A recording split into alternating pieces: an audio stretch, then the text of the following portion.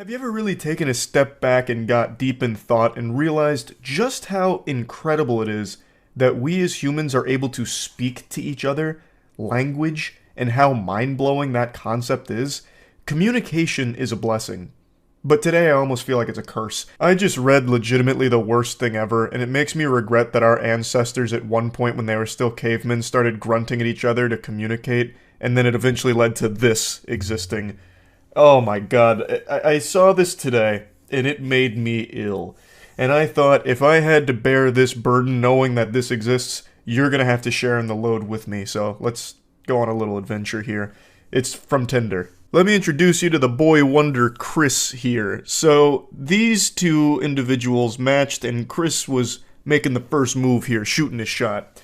I better be your top priority, with a little winky face emoji. I don't know if that's the strongest opener. I haven't been on dating apps in many moons now, but that seems a bit weak, but hey, his heart's in the game. She responds to that in a pretty playful way, I think is what she was going for. So she says, "Let me know if you want to go out tomorrow so I can cancel my daughter's parent-teacher conference." To which our Casanova here says, "Such a good girl you are. I'm free tomorrow."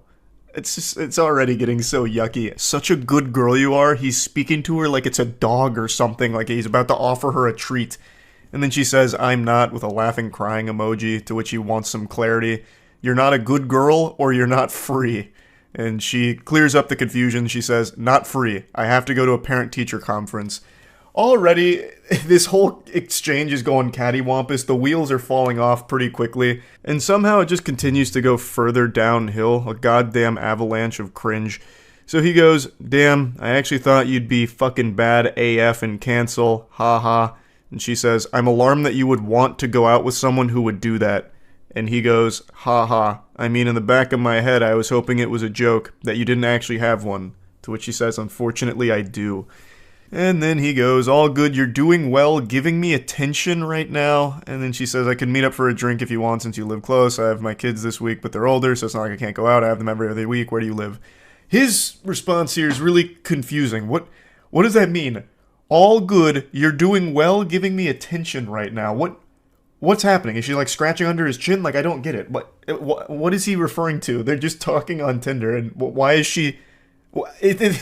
So you're going to start to notice that as this exchange continues to unfold here, it feels as though they're having two different conversations. Like, it's super all over the place. Like, the dots don't connect at all.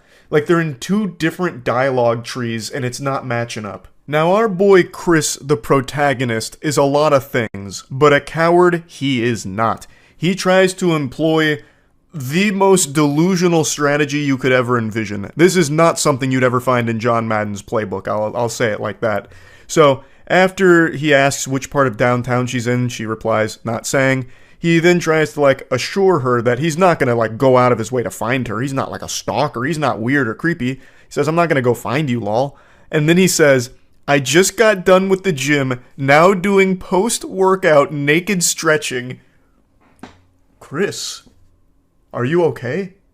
Post-workout naked stretching. You're off your gourd. Brother, you lost your marbles. What is a post-workout naked stretch? Are you telling me this guy's at Planet Fitness right now in the locker room fucking goatseeing himself in order to get, like, reps in at the end? Like, that's how he cools down? What is a post-workout naked stretch? I've never heard of that before. This is him trying to be, like, hot about things, I think. Like, ooh, this is gonna get her wet. I was at the gym, pumping iron, praying at the Iron Temple, way min, babe.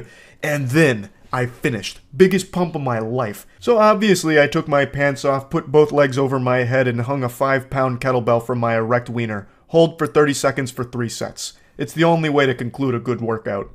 Like, what the fuck is even happening? I don't know why he thought this was a good idea. Like, unless he's like an OnlyFans creator or something, and this is just content that he films, like the, naked yoga that you see on YouTube or something. It's just, it is a wild attempt here at, like, flirting or trying to be, like, sexy on Tinder or something. It is bold. It is brutally cringe. She then responds by saying, "If you were driving by, you might peep in the window. Ha ha. Sounds uncomfortable," referring to the stretching, I think. To which he just says, I mean, of course. Now here's where things get even more fucking confusing here. The conversation really does feel like some kind of malfunctioning quest line in an MMO where like the dialogue is just incorrect. Like the characters are glitching out. So he says to the stretch, asking about like what sounds uncomfortable. And then she says, no, for work. My stylist feeds me champagne. I don't know, maybe I'm the problem. What is she talking about? Like, how does that fit into anything that's happened here with this absolute disaster that Chris is trying? I don't understand. Maybe she's just trying to change the subject. I'm really not sure. And then he goes, was a bartender, now I'm just a content creator and gonna start day trading. Oh, so you're a little horny. What is happening? So I think my initial theory might be the right one. He might be like an OnlyFans creator, so the naked stretching he puts on the premium subscription tiers or something. But those days are going to be short-lived because he's going right to day trading. He's going to the tippy top of the food chain. He's watched a few TikTok financial gurus and he's got it figured out now. I also don't know why he says, so you're a little horny? Like, where is he even finding that? There's no hint of horniness anywhere in here. And then she goes, oh God, what a nightmare you are. Got some crypto, do you? So the red flags are abundant here. She's starting to notice there's some holes in this ship, and it is sinking. This is fucking going disastrous, catastrophic. And he goes, ew, no, I'm not a corporate bro. I'm a film person. I mean, okay. To which she also just says, okay. And he goes, good girl. What in tarnation is happening? This is like when you used to try to talk to Cleverbot back in like 2010. It's nonsensical. Chris's mind is an enigma. It is a confusing, perplexing hellscape of ideas, and communication is not. It's frying my brain just trying to process it. His inability to communicate effectively is impressive. It's alarming. Next he says, I just want to get away from bartending before I hit someone, lol, to which he says, yeah, nobody wants to hit content creators and day traders, obviously making a joke about it. He then goes, nah, or tap. But at least I'm tall and handsome, one saving grace. So he's trying to hype himself up, give himself some gas here, which falls extremely flat. The tank is run empty. She just goes, if you say so. And then he tries to save it by saying, a focus group told me, wasn't my say. His attempt at being playful, like, oh, I would never say this about myself. It's what everybody else says. I'm tired of hearing it, actually, about how fucking tall and handsome I am. And then she says, I like short guys. He goes, how short? And she says 5'7" to 5'10". And this is where it got personal for me. A dagger to my heart. She likes short guys, and then lists guys taller than me. So I am freakishly short in her eyes. That's fucked up. 5'6" is fine. 5'6" is a beautiful, perfect height. Damn it. His response to all this is another head scratcher. He goes, well, I'm too tall to ride you then, even though I prefer shorter women.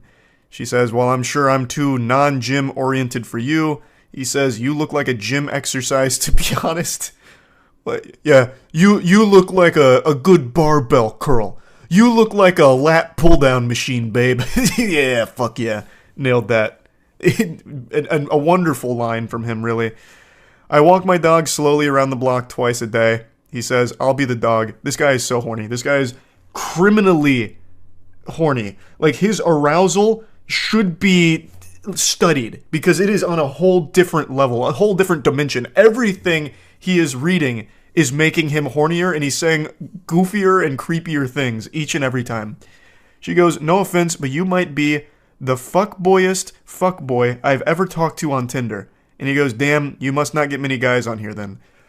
You could get 1,000,000 guys, and I still think this guy would be up there in like the top 0.001% of outrageously horny weirdos. This is impressive. She says he's her first match in a year and a half, and he says, because this is light news compared to the shit I've heard, talking about like war stories, you know, about to have a PTSD episode about the shit he's read on here. And then he says, doesn't help, I'm naked with a heart on. And then her response is, I don't feel like I'm being very flirtatious. And then he says, the stretching and stroking while talking to you helped. What is happening? Somebody save Chris from himself. What is going on? This could be its own fuel source. Like, his sexual arousal, his non-stop, never-ending horniness on a conversation that has gone nowhere, talked about nothing, and yet he is still beating his meat to it. choking the chicken to what? To what?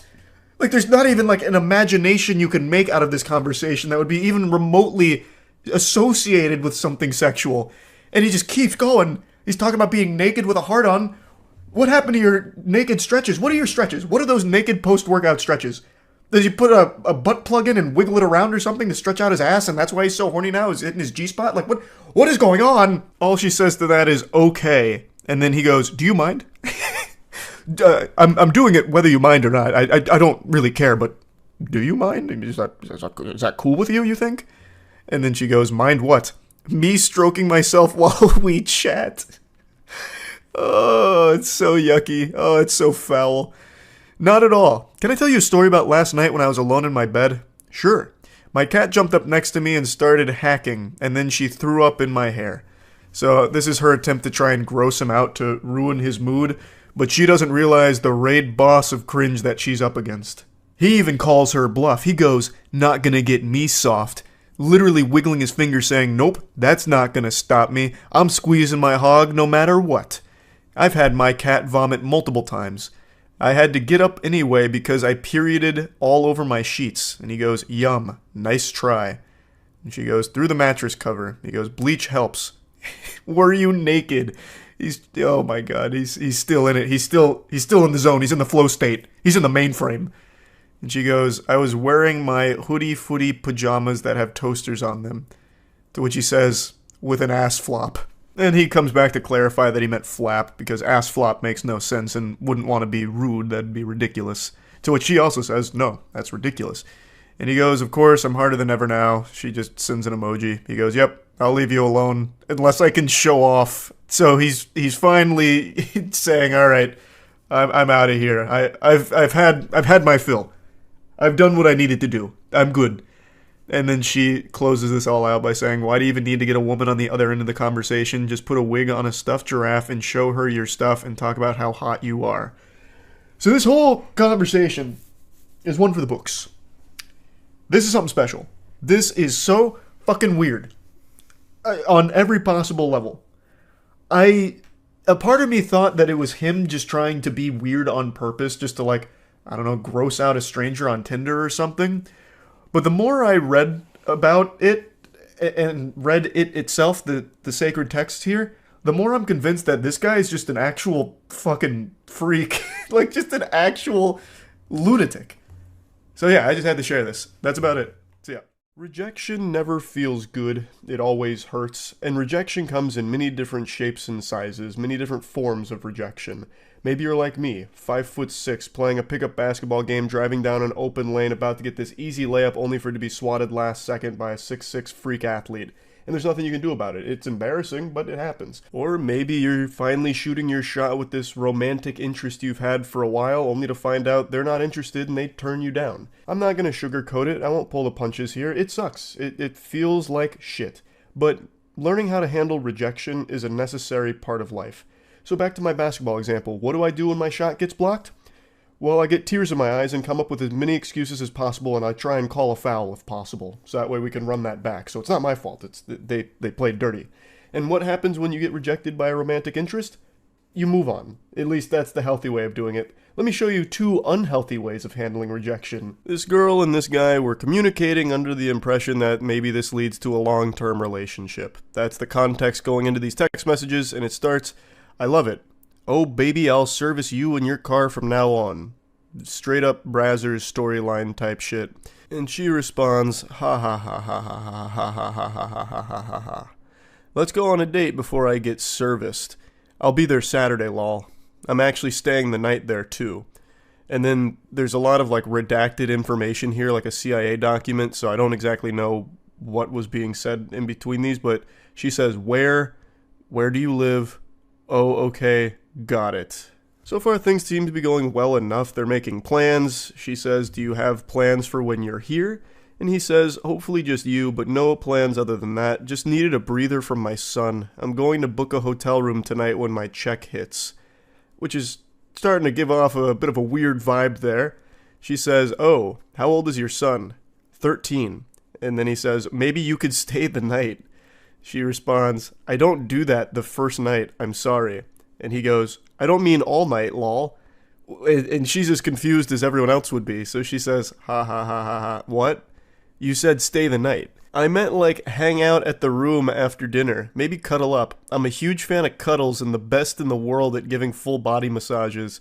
I highly doubt that. I'm going to need some citation for that. Like, I don't believe you. That's not what I usually do after first dates. I just don't think we're on the same page with dating. That's totally okay, just not a match. So she's taking this in stride, she's like, hey, is what it is. And then he keeps going. Exceptions could be made. What? Lol, what do you mean? I mean dinner, hang out, and eat between your legs like a Sunday lunch buffet after dinner. Lol. Clap them cheeks too. So she's very gently saying no to this guy. And this is the approach that a lot of dudes take with the car salesman type shit. Don't take no for an answer. So he continues to just keep pushing like, no. What if I, the world's best full body masseuse, give you a happy ending? Where I eat your pussy like corn on the cob. I'll chew on your clit till it bleeds and I bust. How about then? How about that? How does that sound? I'll even clap your cheeks too. As a little added bonus on top of my service. So, when are you coming over? Are you at the door yet? Unsurprisingly, this last-ditch effort didn't work, she says, so you don't know how to listen, cool. Don't make exceptions for men who don't respect my boundaries. Fair enough. She said no, and he continued to be weird about it. It's a really fucked mentality to not accept a no and keep pushing.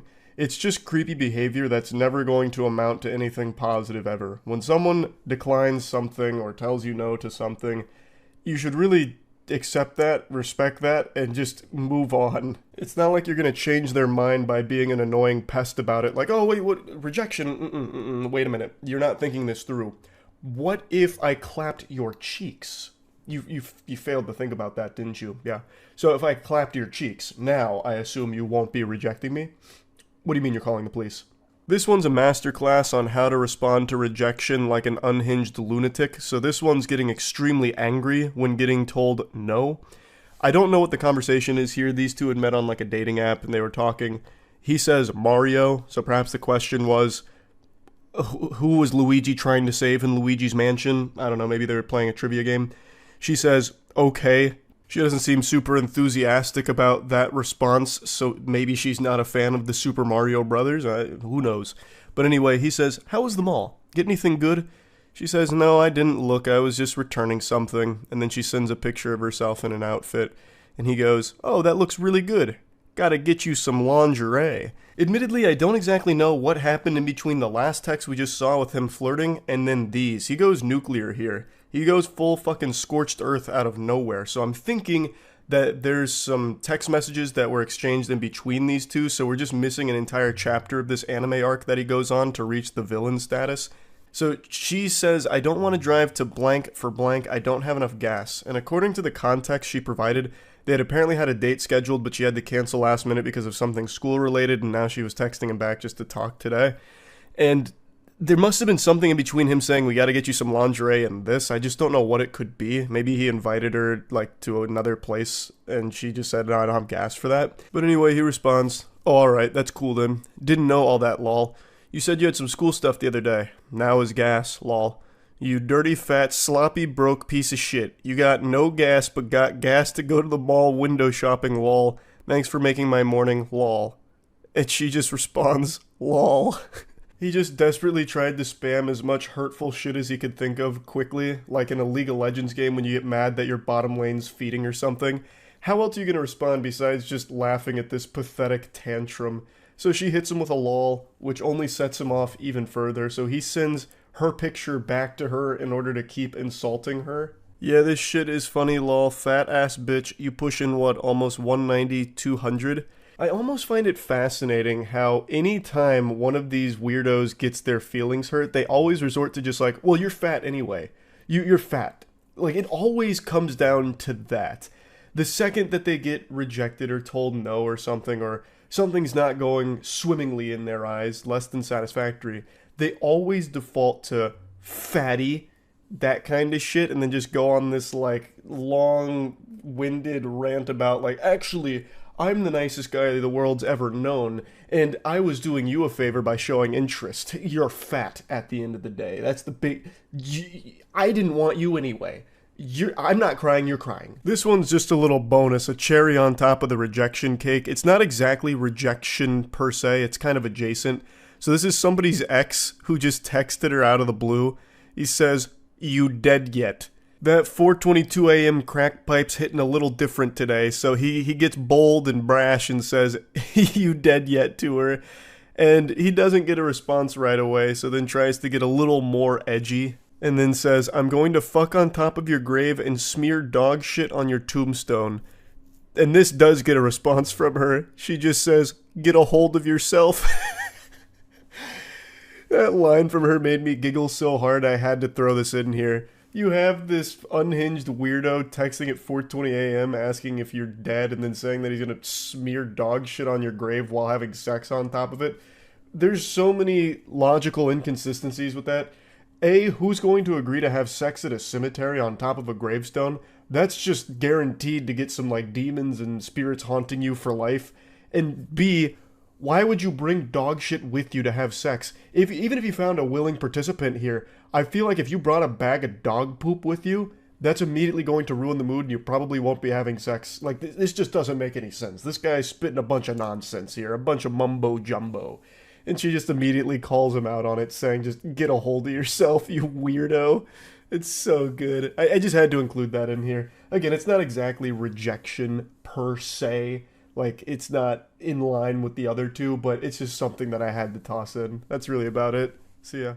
I know many of you read the title and assume that this is clickbait or exaggeratory, but it's not. You may not believe me yet. Wait until I show you the evidence, the proof. This is the most unhinged individual we've looked at yet. He's equal parts frightening and fascinating, tiptoeing on the fine line between intrigue and how are they not locked in Arkham Asylum. It's a mystery here. He's like the product of a science experiment gone wrong, like if Professor Utonium added chemical cringe to the concoction instead of chemical X and then created this weirdo.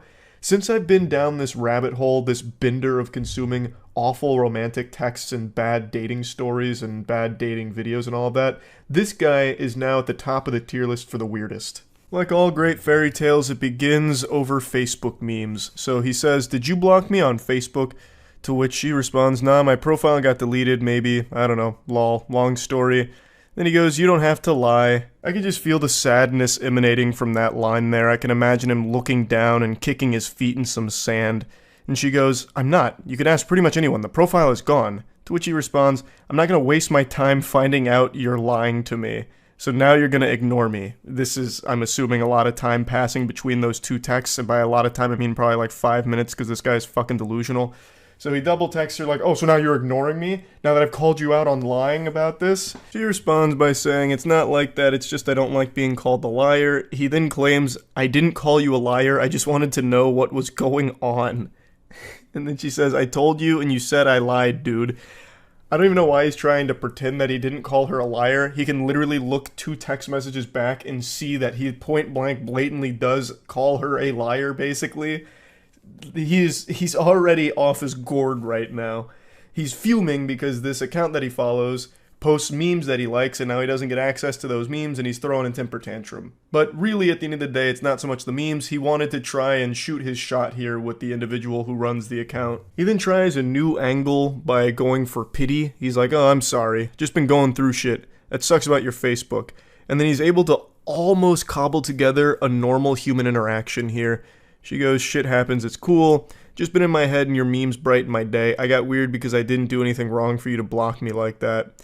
My memes actually got me banned." This reminds me of like the potion seller video on YouTube a while back. "You can't handle my strongest potions, traveler." But in this case, it's memes for Facebook. And he just goes, "For real? That's crazy. You post them all the time though. It must be something fucked up, haha. Well, if you made another Facebook, you better add me first. I'll be waiting, JK." To which she just tries to close it out by saying, "Lol, yeah." Next chapter in this cringe anime is him trying to pull out the Riz here, trying to showcase his game. "So what are you doing, dork? Haha, causing more trouble for Zuck?" He's going for like the playful insults kind of thing, like, "Oh, you dork, you fucking dweeb geek, what are you up to, huh?" And she just goes, "Nothing, just hanging out." "That's so cool!" I love that with the exclamation point. He's like, whoa, badass. I bet you're kicking ass in Animal Crossing, huh? Is it that fun? It looks too much for kids. It must be since you keep ghosting me. Do you play any real games? To which she's baffled, saying, how is that not a real game? So again, a certain amount of time elapses between his first message with the, that's so cool, NPC dialogue, and then him going, oh, it must be so good you're ghosting me. So this guy's flipping emotions back and forth rapidly. His brain is all over the place. His fucking noodle is scrambled. And then he tries to like make an argument out of this, successfully making an argument out of this, by the way, by calling Animal Crossing not a real game. So he tries to get like this sort of elitism about him when it comes to gaming. So I'm assuming he came straight from Reddit and was just ready to get argumentative about like what a real game is, and Animal Crossing doesn't fit the criteria. Yo, you serious? Laughing emoji. It's dumbass animals or some shit being your friends. No real gaming, you know that. Oh, it hurts me to even just read that. And then she goes, well, what's a real game then? You don't have to get an attitude, I'm just making fun, dork. Oh, why are you getting offended? I'm just insulting what you're playing. Like, what are you getting all bent out of shape over? Oh, come on, calm down. What, are you on your period or something? Well, why don't you ask one of your dumbass animal friends to help you with it or something? Like, dork? Oh, it's so painful reading this guy's text, and it only gets worse. It gets even more outrageous. But he's so aggressive with everything. It's like he treats a text conversation like it's an active war zone. Rocket League is a way better game than that, but I guess that's not cute enough for you. Yeah, not enough sunshine and rainbows for you girly girls. This is a real man's Battlefield. And speaking of Battlefield, game like Battlefield, Cyberpunk, Far Cry, shit, Madden, that's a sport. And men like me play sports.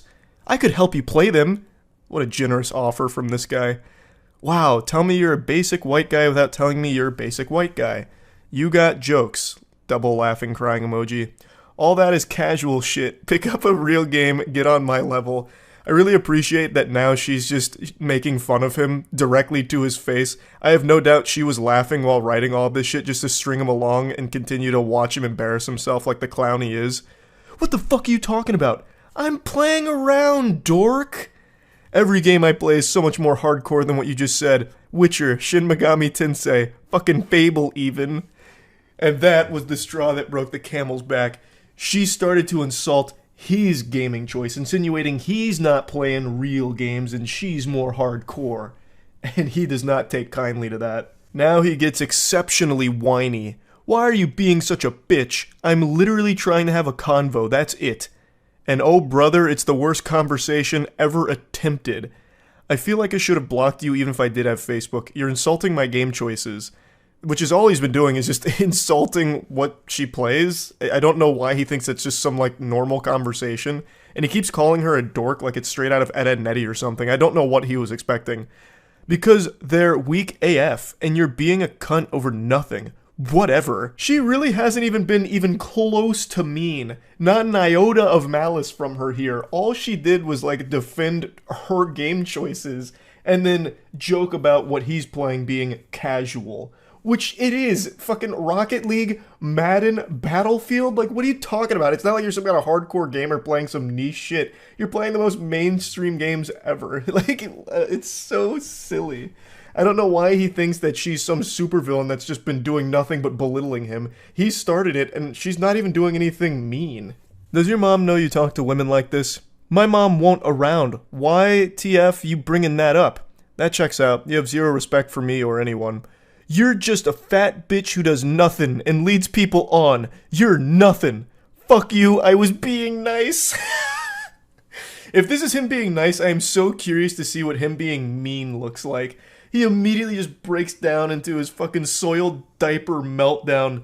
You're a fat bitch! And he keeps using the wrong "you're." He never even accidentally gets the correct form of "you're" in any of his statements here, which grinds my ass a little bit.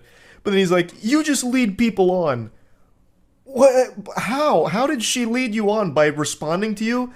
Granted, this is probably the first woman that has ever responded to a text message from this guy, so maybe that's, like, where things got misconstrued. he thought that since she responded to his initial message, she must be interested. This is so baffling, it's making my voice crack. My vocal folds are freaking out because it's so odd that someone could have a rotted brain like this. No wonder you can't get a boyfriend, bitch. I don't settle for trash like your baby moms. You called me a liar, shit on my games, play even more trash games. At least they gettin' dick, unlike your fugly ass. You have no idea what you do. What does that mean? You have no idea what you do? I don't even understand what that statement's supposed to mean.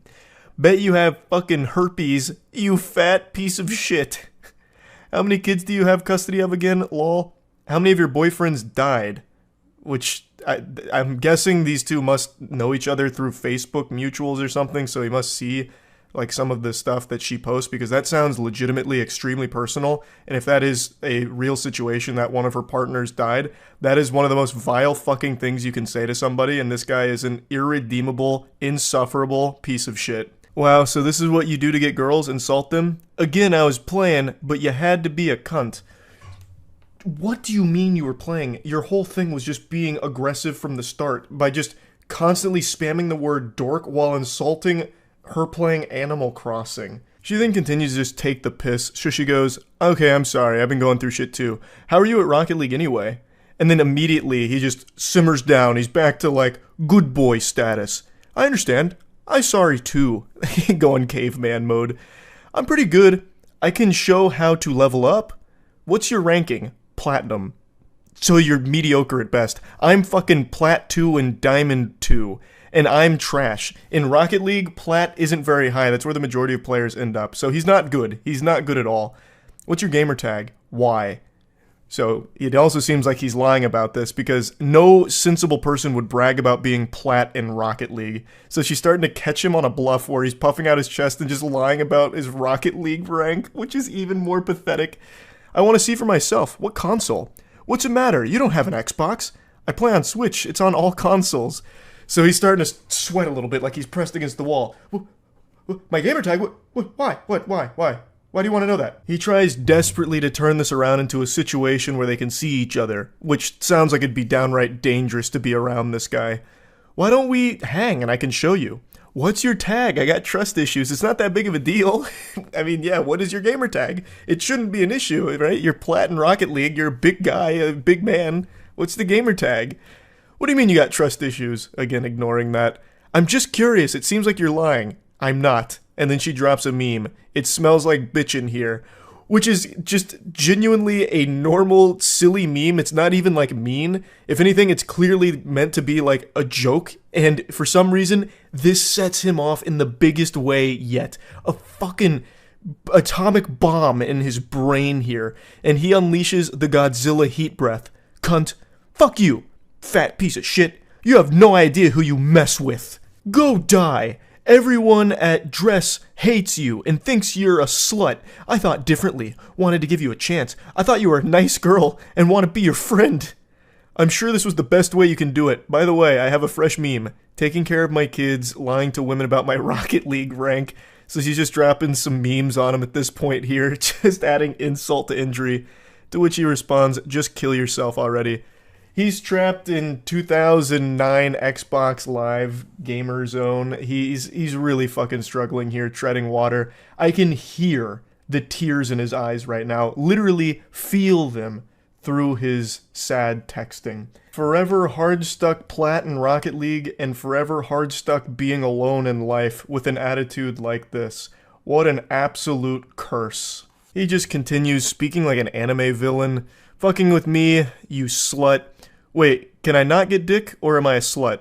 Pointing out a contradiction because he keeps calling her a slut and then also saying that she can't get any wiener. So he's all over the place. He's scrambled. Yeah, I'd bet you'd want it after this, you whore. Choke on a dick, whale. Just continues having a fucking conniption. Can't believe I wanted to build something with someone so dumb and nasty. And then again, she just responds with another meme. Like, what do you mean you wanted to build something with her?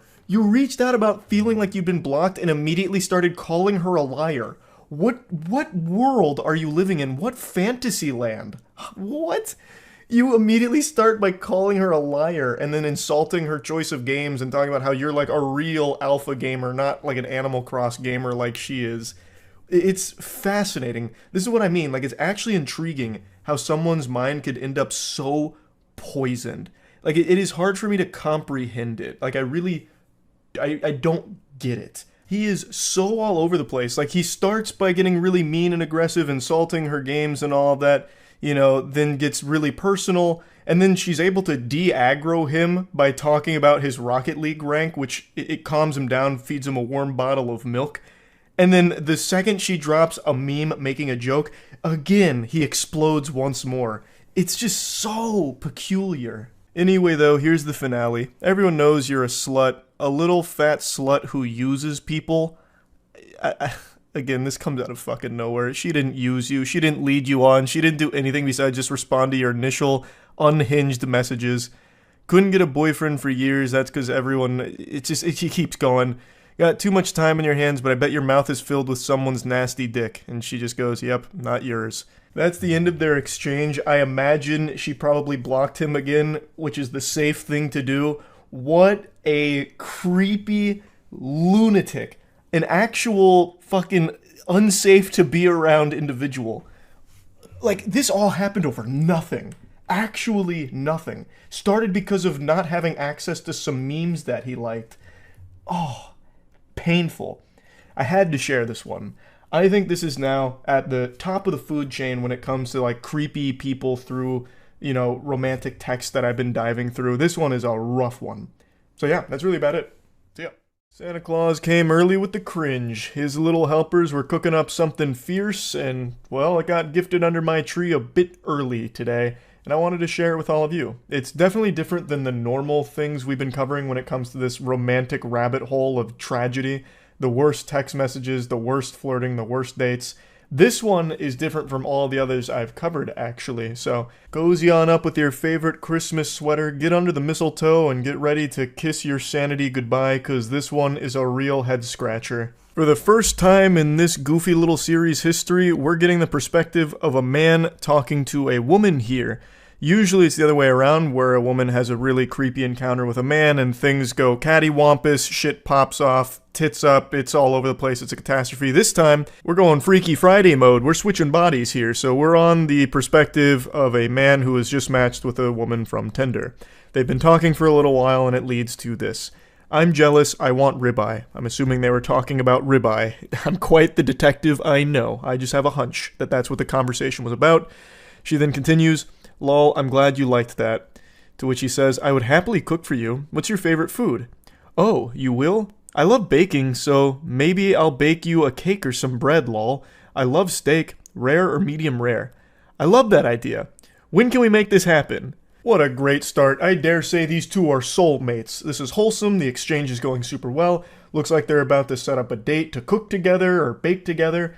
How could it possibly go awry? The good vibes continue. I'm not sure. You haven't asked me on a proper date yet. To which he says, what are you up to tomorrow evening? This is already looking like something out of a Hallmark movie. This is super efficient, super, great all around.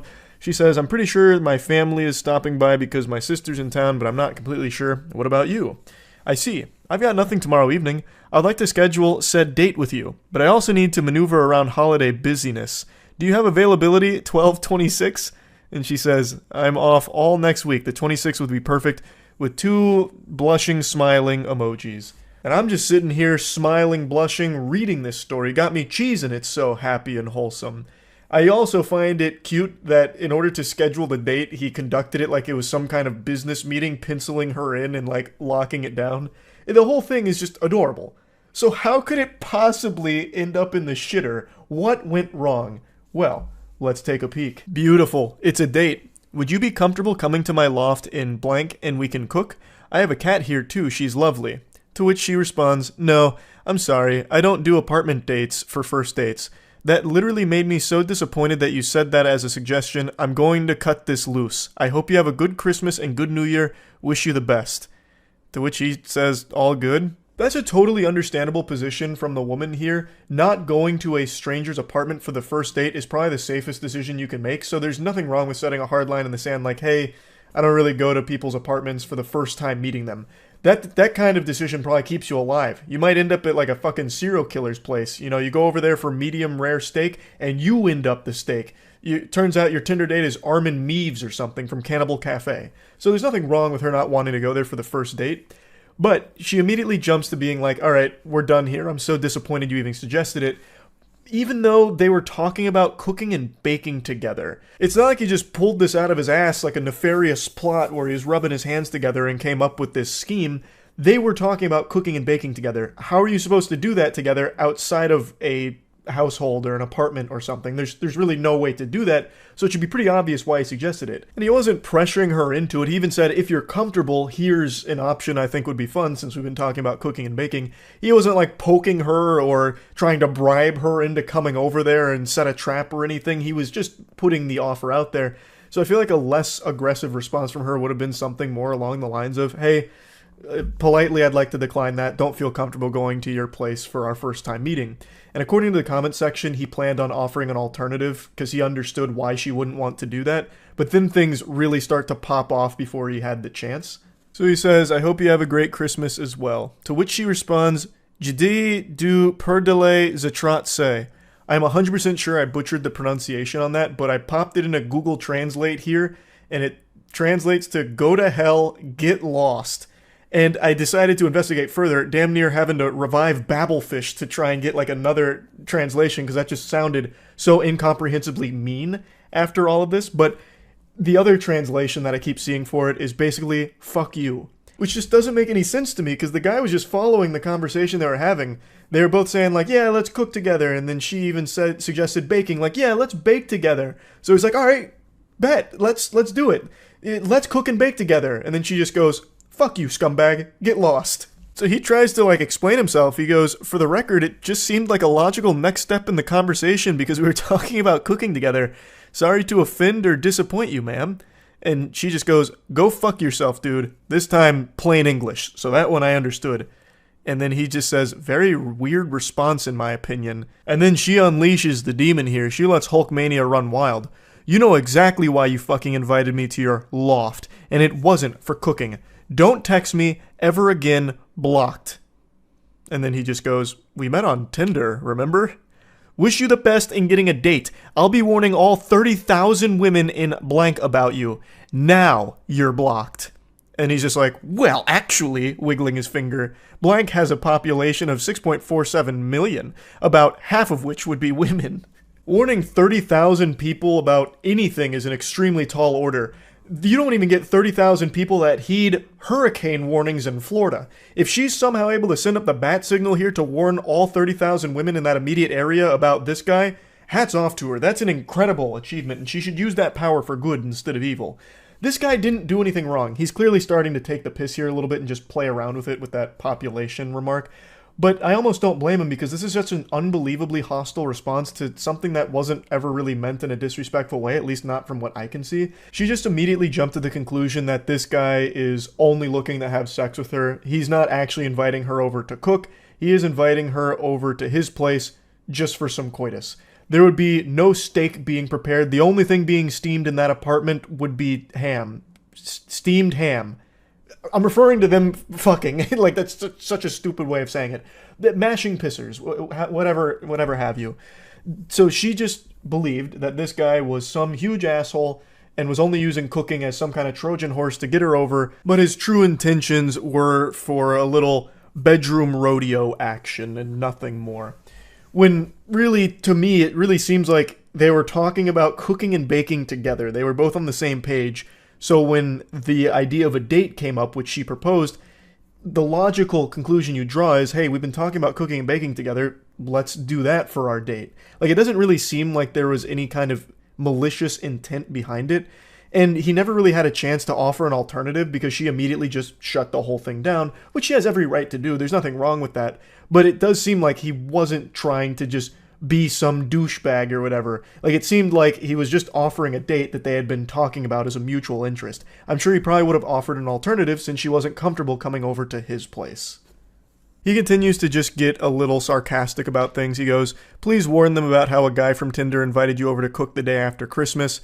To which she says, dude, I'm in multiple groups totaling over 500,000. With your face, LMAO, you won't be getting no play unless you pay. Good riddance, roach. Honestly starting to sound like the Navy SEALs copy pasta. I've got over 500 confirmed blocks, and I will have your face plastered in the papers for 500,000 people to see. I'm part of every goddamn Facebook group on the East Coast, and they'll all know your name, villain. He just says, lol, roach. She continues, and I will! 2 exclamation points. It's like she's giving like a big speech in front of an auditorium.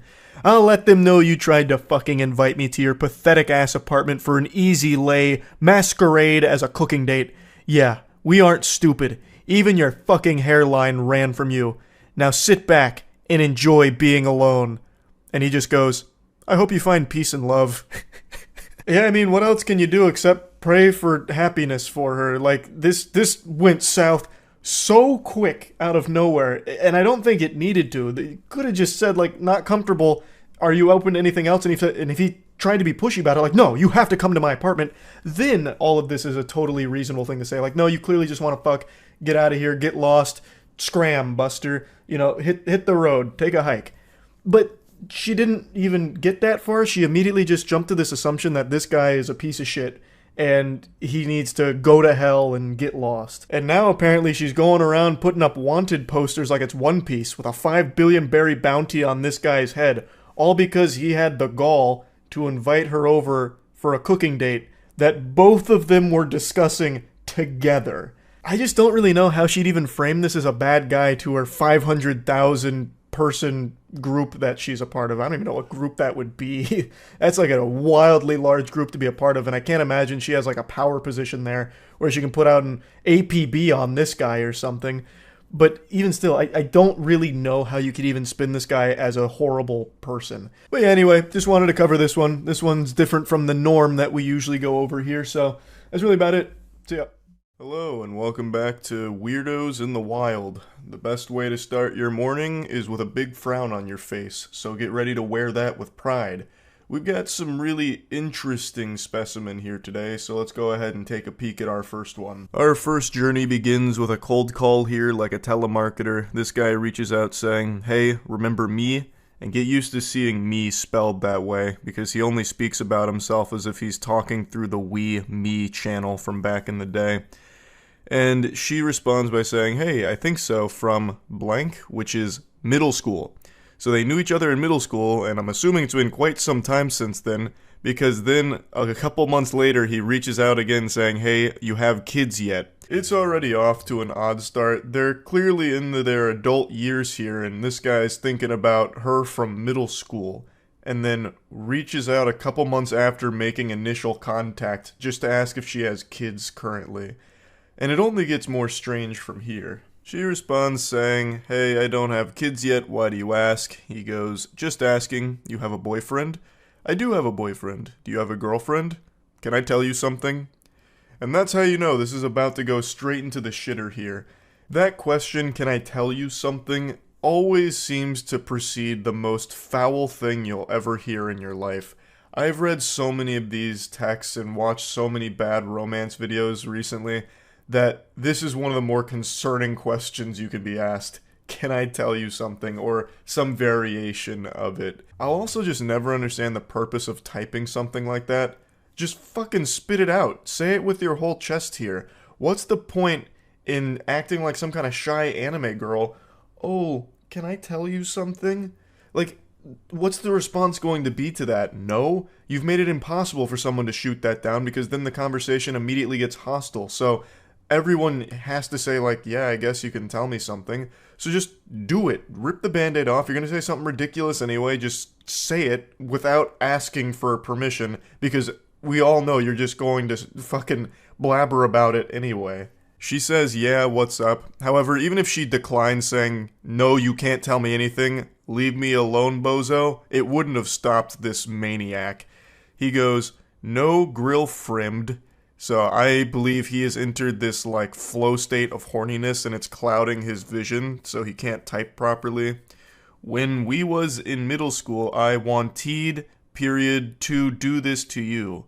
And accidentally drops, like, a fucking hyperlink here. Do what? Like, when you were in skirt, I want to make you mine. Hope you don't get mad. What an outrageous creep. Hey, was just thinking about you in middle school, and how in middle school I wanted to make you mine. Don't get mad at me, tee-hee. Clearly caught off guard and uncomfortable, she goes, oh, it was a long time ago, no reason to get mad. And I think this emboldens him because she says, there's no reason to get mad. So he starts rubbing his hands together. Oh, okay. And then he sends a message that he deletes. He unsends it. So there was something so bad there that even this shameless sack of cringe was like, ooh, no, that's too far. I'm using my mulligan. So he unsends it. But the original poster here, she apparently saw it and said that the message he unsent was saying that he wanted to pull down her panties and put his fingers inside of her. And then he goes, if I were to do this to you, what, you let me? The way he talks is so frustrating. It's so broken and disjointed. It's like communicating with Dobby if Dobby was hitting whippets. Clearly she declined such a generous offer, saying, no, I have a boyfriend. I mean, back in middle school, I wasn't interested in dating or sexual activity when I was in middle school. I wanted you really bad. Oh, okay. Gets him with the Eeyore really sad. Oh, okay. This is the craziest red flag conversation ever. This should be like a self-report straight to the authorities. This man is like dangerous, it seems. Perhaps that hyperlink he accidentally dropped in the beginning was a link to the sex offenders registry with his name and face on it. This is an adult man who's fantasizing about middle school. He's not even saying like, hey, I used to know you back then and had a crush on you. He is literally fantasizing about her in middle school and him wanting to finger her. That's concerning. And that's when all hell breaks loose. The mask fully comes off, the dam breaks, and he unleashes the demon. She says, I'm a bit confused as to why you're telling me this now, because obviously anyone would be confused getting this shit out of the blue. It's really creepy. And then he goes, 'cause dear. Oh, it's already such an awful fucking start. Dropping dear like this, it gives me the heebie-jeebies. In those days, I want to pull down your panties. Not even a little bit, dear. Or excuse me, not even a little bite, dear. You there, lol? Can I ask you a personal question? When you were in middle school, you there? He is so fixated on middle school in particular. That's the big thing for him here. And he keeps talking about pulling her panties down. It's so unhinged. You there? He keeps checking to make sure there's a pulse here, that she hasn't abandoned him and called the police or something. Can I tell you something that I want to do to you in middle school? Or you mad at me, Lou, lol. If you didn't have a boyfriend, you let me do things to you? You there? Surprisingly, she was still there and hadn't blocked him yet. So she says, no, because I'm not interested, I don't really know you at all. Somehow, she was able to resist his charm. I can't believe Casanova's silver tongue here was powerless against her. He says, I know, lol. Also, it's a bit weird that you're talking about a 12 to 13-year-old me and still being sexual about it. Exactly. It's so fucking weird. And then he just goes, hope you not mad at me for this things. And she says, please don't contact me again. The vibe I get from this guy is Freaky Fred from Courage the Cowardly Dog. Just reading what he keeps saying to her is so unnerving because he's talking about a middle school version of her. He's trying out that sexual predator riz here, I guess, and it did not work at all. I'm gonna bless you with a little bonus one here. Let me show you how not to flirt with someone you're interested in romantically. So it seems like they were talking a little bit before these screenshots were taken. He says, you play video games? Like, other than Candy Crush and Pokemon. And she goes, yep, what gave it away? Cool. Not many chicks that are, like, into real games. This is just your classic flop from a Redditor gamer, bro. Ugh, girls only like Candy Crush or Pokemon, fucking Sims or Barbie Jeep Racing. They don't like real games like me, a fucking man. Call of Duty, Battlefield, BioShock, big rigs over the road racing, Madden 24. But you're different, m'lady. You're not one of those normal chicks that likes those fake games. You can appreciate these gems that I like. Most chicks can't do that. I don't know why. Must be periods and pheromones or something, but you are rare, milady. You like real games. Like, I just don't know why anyone would try something like this. It's just immediately confrontational. It makes you look like a whack loser. And everyone knows it too, so she calls that out saying, "Really? Gonna try that one? Because it's so pathetic." And he goes, "What? It was a compliment." And she just says, "Whatever."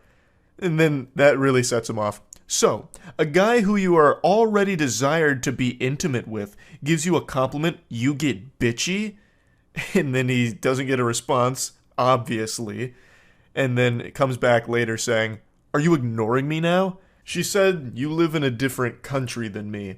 But the fact that he immediately just gets this out of control, like, "What? It was a compliment. What? Most girls are stupid. Girls go to Jupiter to get more stupider. You didn't go to Jupiter. You stayed here with me, playing real games. Why are you getting so bitchy about it? I was being nice to you. Oh my goodness, nice guys never win. And now you're ignoring me? Oh God." He also just types like a Redditor. Like, his response being, "Why? A guy who you already desired to be intimate with shows you a little affection and gives you a little compliment and you get bitchy?" Like, that is the actual quintessential Redditor response right there. Just go full Poindexter on it. A man who you had already desired to be intimate with gives you a compliment. Then the whole conversation goes cattywampus and he decides to bring out the claws and just get mean. "You're a fucking cosplay girl. It's not like it's real work. You get paid to be hot for people." And then she just goes, "Yeah, it's not gonna work. Don't text me back. Goodbye." Totally reasonable response. This guy's just immediately shitting on her for nothing she did wrong. She's done nothing wrong at all. This guy's just a loose cannon. Women like you are always so sensitive. I'm just being honest about things. If you can't handle that, I don't think you intellectually compatible with me. Oh, all the Reddit check marks are being ticked right now. I'm very sorry that you feel like I was being mean or sexist or whatever, but I wasn't. I hope you learn to be less bitchy. Men don't like that in women. And you're already past your good years. And they say chivalry is dead. That's how you do it, gentlemen. Excellent work here, and I have no doubt they're getting married soon. So he blames her for everything that went wrong. He seems to think she was being unreasonable and that he was just being honest, which is crazy. It's so sad how a conversation can go from seemingly normal to just being extremely combative because this guy is very insecure, I guess, about his video game taste or something. I have no idea. But he brings up video games in a hostile manner, saying like, "Oh, most girls don't play real games, but I guess you're not like most stupid girls." Like, I don't know why he can't see how no one would ever respond positively to that. And when she didn't respond positively to it, he immediately says that she's being bitchy. Just the slightest sign of her not really feeling what you just said there, and he just gets aggressive, and then gets even more mean and rude and nasty, and then still probably walks away from this thinking it was her fault. It's craziness. So he'll probably stay alone for most of his life, but luckily he's got so many great games to play by himself. So there's a silver lining there. At least he's a real gamer with those real games by his side. That's really about it. So yeah. Over the last couple of months, I've analyzed more text messages than the FBI. I have been glued to bad romance and flirting like a moth to a flame. I've been wandering the deepest, darkest pits of filth. It's like in Space Jam when Michael Jordan gets sucked into the golfing hole. I've been sucked into the asshole of the internet, and all I see is cringe down here. But today, there's a new ingredient being added to this concoction. The recipe had a chemical X. Crime. This got posted to Reddit earlier today, and a lot of people sent it my way, and it actually reminded me of a real criminal case that happened back in 2022, and I actually found the case again through the comment section of this post, because I couldn't quite recall all the particulars of it, but there is a lot of similarities shared between that criminal case in 2022 and these text messages that this individual is showcasing here. So it starts with this girl's coworker messaging her out of the blue saying, "Hey." He receives crickets, no response, silence. And you know what they say, if at first you don't succeed, try being weirder. So he comes back around within 3 hours saying, "Hello? Is this blank?" She says, "Who is this?" And he goes, It's me," with a smiley face. "I just wanted to text you and see how things were." "Oh." Things are going alright, I suppose. Not to come off as rude, but how did you get my number, dude? I mean, I don't mind you texting me, but I've never gave it to you. And that's when he lifts up the curtain and breaks the magician's code, revealing his secret method. I just grabbed it off the contact sheet in the office room. Hope that's alright. To which she says nothing in response because that is fucking creepy. She never gave him her number. He just went out of his way to find it from their workplace. Yucky. But he comes back around saying, "How's it going?"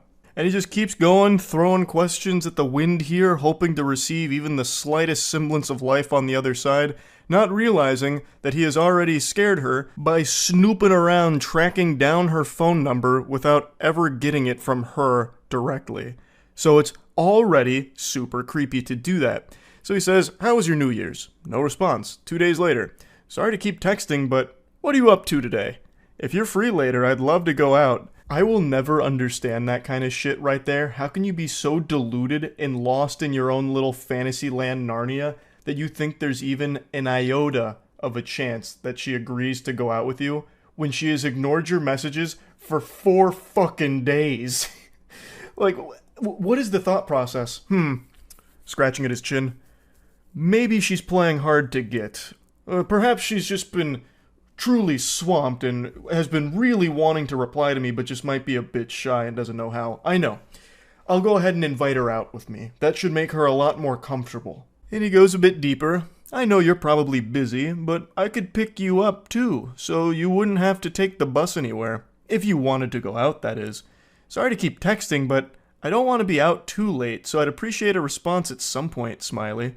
I'm heading out to get coffee now, so if you want to join me, just let me know." "Ma'am, you better hurry. The choo-choo train is leaving and Mr. Perfect is going with it. You only have one opportunity to get coffee with a gentle sir like this, so you really gotta play your cards right." She declines, saying, "I would appreciate it if you didn't text me unless it's work-related. I don't really know you, and I'm only blank. You're 5 years older than me, dude. This just feels creepy." "I didn't mean to be creepy or anything. You're just pretty, and I thought it would be cool if we got to hang out, smiley." "No thanks. That's honestly so weird, and if you continue to ask, I'm going to talk to Lean about this." I'm assuming that's like their supervisor or someone higher up at the place they work. And then he goes in deep. He says, "I'm not gonna lie. I've been thinking about you a lot, and I just want you to spend time with me. What you said the other day just felt rude. At least try and give this a chance. I know you're probably not awake, but I've been up all night thinking about you. Not going to lie, sometimes I like to take pictures of your ass while you're in the drive-thru window and I jerk off to them in the bathroom." I'll go ahead and take a courtesy pause here to give everyone a brief respite and let that nugget marinate in this sauce here because he just dropped a real heavy, spicy meatball on the plate. And when I first read it, I certainly wasn't ready for that because that's just openly admitting to a crime. I'm not a sheriff or anything, but I'm pretty confident that that's illegal. He'd probably be taken away in handcuffs if this information got out, which it should. She should absolutely report all of this. Now, somehow it actually only gets worse from here. This is just the beginning. He's showing his true face, and man oh man, is it an extraordinarily ugly one. I know that's messed up, but imagine if we fucked in the work bathroom, or if we went out in public. I honestly just love the idea of having a little helpless bitch under my control. I know you're so much younger, but you should give it a shot. Older men can be so much fun to be with. No one at work would have to know. Hello? Sorry for calling, but I'm really lonely and you haven't replied to me at all. Since the text messages are going unanswered, I guess he's resorted to actually just calling her, which is also being ignored, obviously, because that's the safest thing you can do is ignore it. So I can't believe the revelation that it turns out he's lonely. Who would have seen that coming? With smooth talking like this dude's got all the game in the world. This man's a fucking apex predator, a grizzly bear, a champion of Riz here. I can't believe that he, of all people, would somehow be lonely. What a curveball. He then tries to brush all that under the rug, trying to apologize for it. Sorry about last night. I got carried away. I know you're probably not even reading these, but I hope you have a good day, smiley. I'll be thinking of you. I really don't see an issue. It's not like a romantic date or anything. It would just be getting coffee and food. And if you were in the mood, we could always go to my place to watch a movie.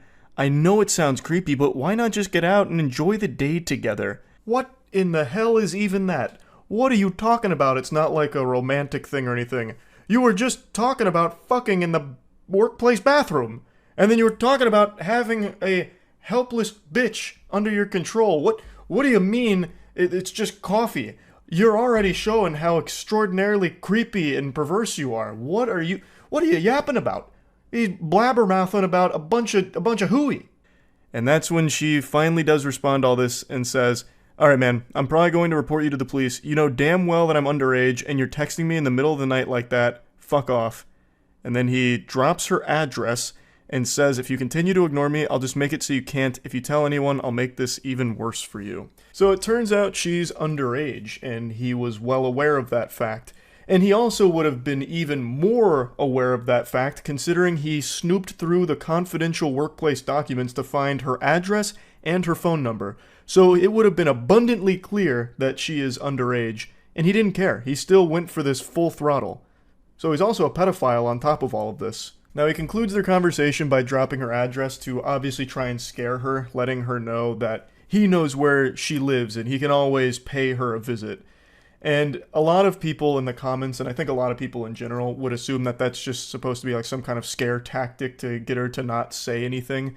Not necessarily that he's going over there right this instant to do something, but that is still a legitimate threat, and I imagine an actionable threat that the authorities can use. This is one of those situations that really shouldn't be taken lightly, and it seems like it isn't. It seems like she's taken the proper measures here, like contacting authorities or contacting workplace staff and all that, which is what she should be doing, because this is just legitimately dangerous. I mentioned at the start that it reminded me of a case from 2022 where a man killed his 17-year-old coworker because he had a huge crush on her, and since he couldn't have her, nobody could.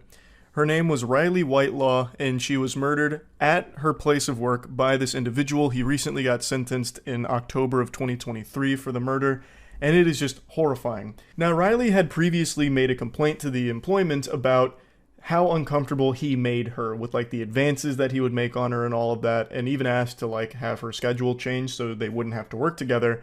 And despite all of that, they still worked together. The place of employment did not change her schedule around to get her away from him or anything like that. They continued to work together despite all of her complaints until it eventually culminated with him killing her. It's a tragic story. Fucking horrifying.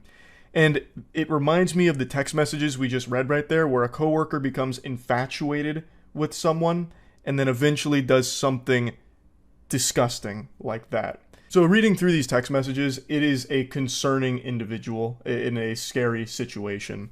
And it's something I think about from time to time about how awful it must be to just be doing your job, doing nothing wrong at all, and then still ending up in a situation like this. This girl never made any advances toward this guy. She never even gave him her number or anything at all. And yet somehow he still became obsessed with her and then stalked her company documents to find her phone number and her address and all of that. It's just so awful. She's literally just doing her job and then gets put in a situation like this because of this absolute lunatic. So yeah, just wanted to talk about it a little bit. I think situations like these should always be taken seriously. Like if a coworker or anyone for that matter starts to get like a level of obsession with you that it becomes a bit palpable, that you can start to see it, it immediately needs to be something that you take very seriously because you never know where it could lead. And I think that is just always something that needs to be handled with real care. So just wanted to go over this a little bit. That's really it. So yeah. The specimen I'm about to expose you to is extraordinarily cringe, like this SCP weirdo that I'm about to unleash before your eyes. But I want you to take this as an inspirational motivator because somehow this goober was able to get into a serious relationship for the last 7 months. And if he can do it, anybody can. Alright, now let's begin our journey. This is a 26-year-old woman communicating with her 29-year-old boyfriend. Now, the previous night they had an argument, which we'll get into in a moment because it's crucial to the lore here of what unfolds. Now, this is the next day. She says, "Had some honey chicken with rice and broccoli from blank. How about you?" He responds with a Naruto gif, which is already an incredible start here, and goes, "That sounds good. I had a muffin and cheese, lol, by the way. The call yesterday really sucked, but the New Year's Eve call was very nice." She says, "I know, lol." And then for some reason he decides to pour salt in the wound. He just digs the knife a little deeper, letting her know that it was probably the worst call he's had, lol. To which she responds, alrighty, well that makes me feel great. I'm heading to bed. Love you, good night. For some reason he thought it was a good idea just to remind her how much he disliked talking to her last night about what they were discussing. Oh man, that call last night, that was the pits. Jesus Christ, am I right, you fucking harpy? Last night's call was horrible. The New Year's Eve call was a little bit better, but goodness gracious, heavens to Betsy, the call before that, fucking atrocious. And then he'll probably drop another Naruto gif. This time it's like an Itachi one casting a genjutsu. Don't ever do it again. But anyway, the argument they had on the call before these text messages was about her mentioning that she might want to try shrooms at some point. It was basically talking about drugs and how she's not interested in drugs, but the only one she has even an iota of interest in trying is shrooms like one time. And he took a very hard stance against that. It was like he was a fucking DEA agent here. I'll drop the information right here if you want to pause and read it, but the gist of it is, she mentioned that shrooms at least sounded somewhat interesting to try at some point, though she was never really being serious about it, and if she ever did want to try it, she said that she would talk to him about it first before doing anything. It wasn't going anywhere, and eventually she just said, you're right, I'm wrong, sorry, and tried to move on from the whole conversation. But it looks like that was never in the cards. It's weighed heavy on the mind of her boyfriend, who brings it up out of the blue again, just to remind her how awful the conversation was. In the follow-up message, he decides to just go whole hog and let it all hang out here to just reignite this argument. He says, yes, I say wrong stuff to you sometimes, I know I make mistakes, but not this time. I stand by what I said yesterday, and this time you were in the wrong. But I'm heading to bed. I love you. Good night. And she reminds him, like, hey, we fully discussed this last night. There was no reason to bring it up again except to attempt to make me feel bad. Just because you're in a bad mood doesn't mean you should try to bring me down with you. She's 100% right. They had already discussed it. There is no reason to keep doing this again, this song and dance. Just let it be. But he just can't do that. I know, but this is serious shit. And then he censors the word shit. He puts stars on his swear word, like he's a 12-year-old in Twitch chat that has the language filter on. This is a 29-year-old man who is censoring the word shit. And we've only just begun with the exceptionally wacky stylings of this 29-year-old fucking goober. If you use any substitute, I am done with you. And I'm sorry I say this because I care about you too much, and you're much worth more. And you're much worth more. I don't, that's all over the place. I think he was just so angry. I mean, he dropped the word shit. You could tell his temper was flaring up. He used a naughty word, so I think he was just scrambling to say words in a panic. And then she just goes, I'm not talking about this. It's fine if you don't have the mouth of a sailor, but why censor it? Just don't even use the word. You could have said poop. This is some serious poop, milady. You're talking about drugs. Unacceptable. Why even bother censoring yourself? Oh, it's so cringe. And we've only just begun. She says there's no reason to go over this again. We talked about it. It's over. Drop it. Really just trying her best to move on from this because it's only going to get worse. But he's already too deep. He's already made his bed and it's time to piss his pants in it. Okay, but promised me you won't do it and I will drop the whole thing. She again reminds him, I already fucking told you I wouldn't do anything without talking to you first. Leave it alone. I'm done with this conversation. But it's just not registering in his mind. His neurons are just firing and he's going into flight or fight mode and he's fighting his own demons here.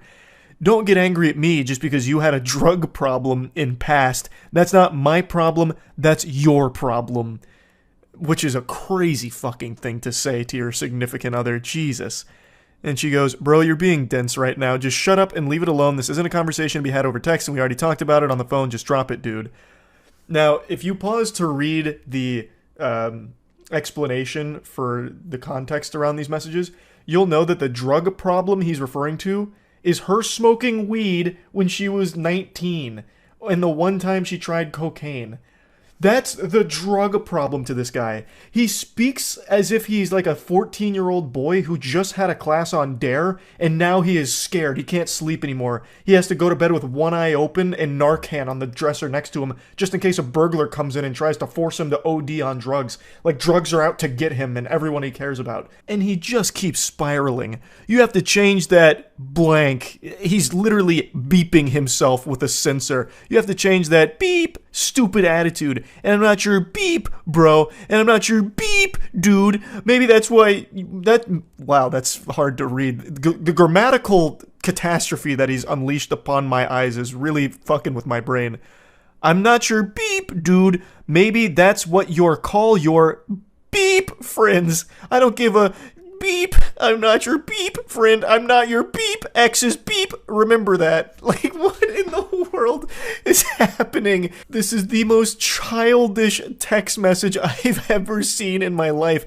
It's like a kid melting down on League of Legends. This is a 29-year-old man. And he's speaking like this. He's a fucking boy. He's a baby boy. Why is he censoring his texts like this? Oh, it's so awful. It's so bad. I can't even parse what he's trying to say with his last statement there at the end. I'm not your fucking friend, which is, again, a wild thing to say to your significant other. You're supposed to be their best friend, basically. That's the whole point of being in the relationship, but whatever. But this is where it gets extraordinarily confusing. And I'm not your fucking ex's blank. Remember that. Your ex's what? Your ex's fuck? Remember that? Is that what he's saying? I don't know. What does that mean? And she says, I don't know what your problem is, but directing at me is not going to help. I'm not talking about this. I'm done responding for the night. Have a good one. And he just goes, we done. If you keep going. So full-blown caveman mode now. I will drop it now. Anyway, how's your day? From all of this into like immediately de-aggroing like an NPC in a video game. And he's like, oh, so how's your day? Did you have a good day today? I bet you did. I bet it's better now that you're talking to me, right? And then her response is, it was better before you started this. And then that once again sends him off. Well, that's your problem. I just don't want to crackhead girlfriend, and please don't call me bro. I'm not your stupid friends. What the crackhead girlfriend? What are you talking about? She mentioned that the only drug she'd be interested in trying is shrooms, and she wouldn't even actually do it because she doesn't have a real interest. That's just the only one that even sounded somewhat appealing. He's lost his marbles. He's off his gourd for this. Eventually she's like, just go to bed. You need a nap. You're not you when you're tired. And then he hits her with like a threat. It'll be really funny when you're 6 feet under. And she goes, oh boy, here we go again. And he says, anyway, enough of this. Now, I think he's referring to, if you try drugs, you're dead instantly. You'll instantly die if a drug touches your body. It'll put you 6 feet under instantaneously.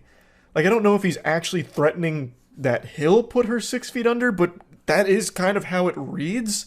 But I think what he's trying to say is that the drugs are going to kill her, and he's the only one that can save her from going down this destructive path. Now, obviously, and here's a hot take, drugs aren't good for you. But what he's doing here is an outrageous overreaction, and the way he's treating his girlfriend is unacceptable.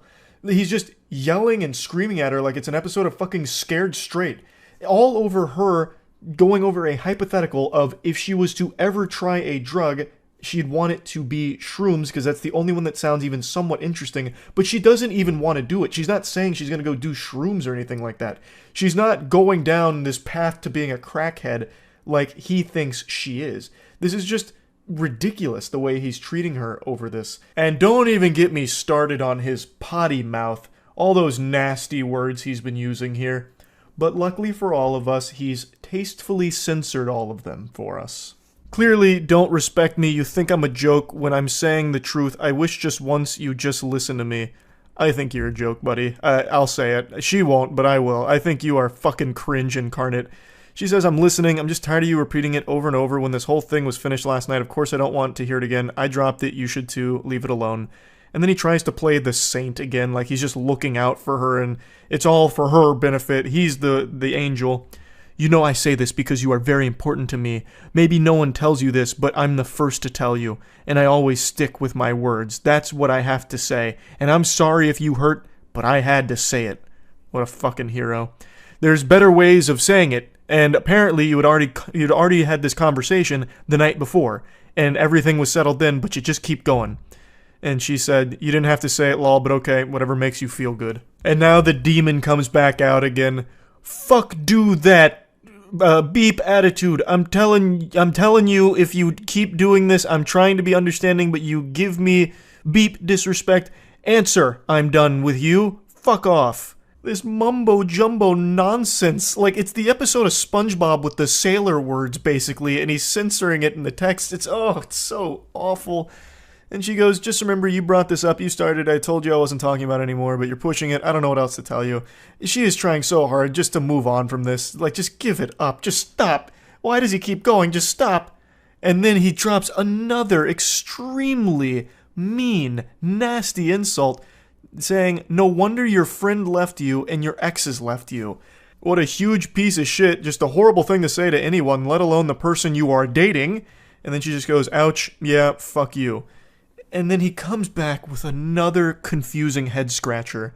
I was ready to drop it, but you keep fuck give me, bitch, just stop now. What am I reading? What is that sentence? Oh, man. Oh, brother, this guy stinks. And then he's like, ooh, that wasn't nice and I'm sorry. So he has an immediate change of heart within 2 minutes. And then he's like, he goes full apology mode here to try and save this, even though it's unsalvageable. This is where the relationship should end 100%. He goes, I'm sorry for being an beep. I should have never said that. That was my fault. I really apologize. And thankfully, she shoots that garbage down. I really don't want to hear it from you. Good night. And then he tries again to go really sweet talking, like, oh no, it's all a misunderstanding. Baby, I'm really sorry. That part I said, I didn't mean it. I'm really sorry. Anyway, baby, I'm so sorry. I should have thought more about your feelings, and at that time I wasn't thinking, in that part I said was really not nice, but I love you. So he signs off with yet another completely incomprehensible, dumb, stupid text. But at least there was no censoring in the last part. He didn't use any foul language that needed to be, censored, because he's a classy guy. He wouldn't want any of those yucky words being uncensored in these texts. But yeah, as far as I can tell, she is planning on leaving him, according to the comments, I think. She said she's not going to give him another chance to show this side of him, which is good, because this relationship shouldn't continue past this point. That right there is the kibosh on it with the things he said about this. She didn't do anything wrong. She was just talking about a hypothetical. If she was to try a drug again, it would be shrooms, because it's the only one that seems even somewhat interesting. But she even said multiple times she didn't want to, and she wasn't planning on it anytime at all, really. And this guy just had this crazy overreaction to it. So yeah, huge weirdo, big cringe guy. That's about it. So yeah. It's been a little while since I dropped some hot, steaming, creepy text messages on all of you, and I think we are long overdue for some more. So Coach called me off the bench and I'm about to provide. But something a little different here. The text messages I'm going to show aren't like the standard weirdo, unhinged, lunatic type behavior. But I think it's something that a lot of people might be able to learn from.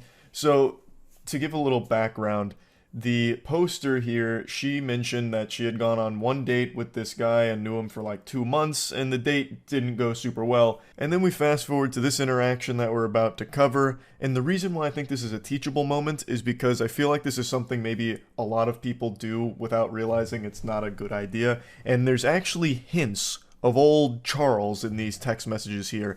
Deep in the flavor profile of these embarrassing texts we're about to go over, I see myself staring me in the mirror when I was but a wee lad, a young man. The very first time I got a girl's number that I was interested in, I was giddy. It felt like I had just won the Super Bowl, and I couldn't stop texting her, even when I wasn't getting responses, which is a big no-no. That is a huge, unforgivable sin. You don't do that because it's annoying.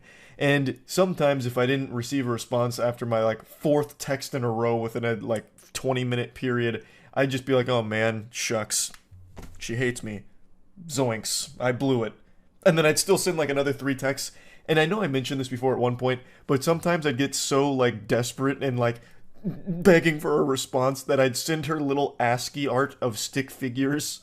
It's so bad. Actually, I was worse than the guy in the messages we're about to cover, but his is floating around, and I really think it's important that people realize that that's just not how you should communicate with anyone. Not even just someone that you're interested in, just anybody in general. No one likes to just be pestered. So let's begin. I am believing right now you might be my kryptonite. Need to hang out more, but I'm pretty sure you're my kryptonite. I'm good with anyone, and they will probably be my best friend once they are done. Just what I'm used to. I don't really know what that means, if I'm being honest. What do you mean, she's your kryptonite? It's supposed to be cute and romantic, but I don't really get it. That's kind of like an insult to her. Like, look, you're bad for me. You literally poison me. You make me sick, is basically what that's saying. It's not really that romantic, but I think he's trying to mean it in like a sweet way. But anyway, she says, sorry, I can't talk right now. I just got my son from school. Give me a second. Which is totally reasonable. She's giving a response, letting him know that she can't really properly respond to whatever conversation's trying to be started from this cold open. And he goes, okay, sounds good. Enjoy your time with them, please. Cody is about to get home, and then we're going to go play some skee board, and I'm drinking, and then sends a picture of the beverage. He must have been butt-chugging that Miller Lite there, because then things really fly off the rails.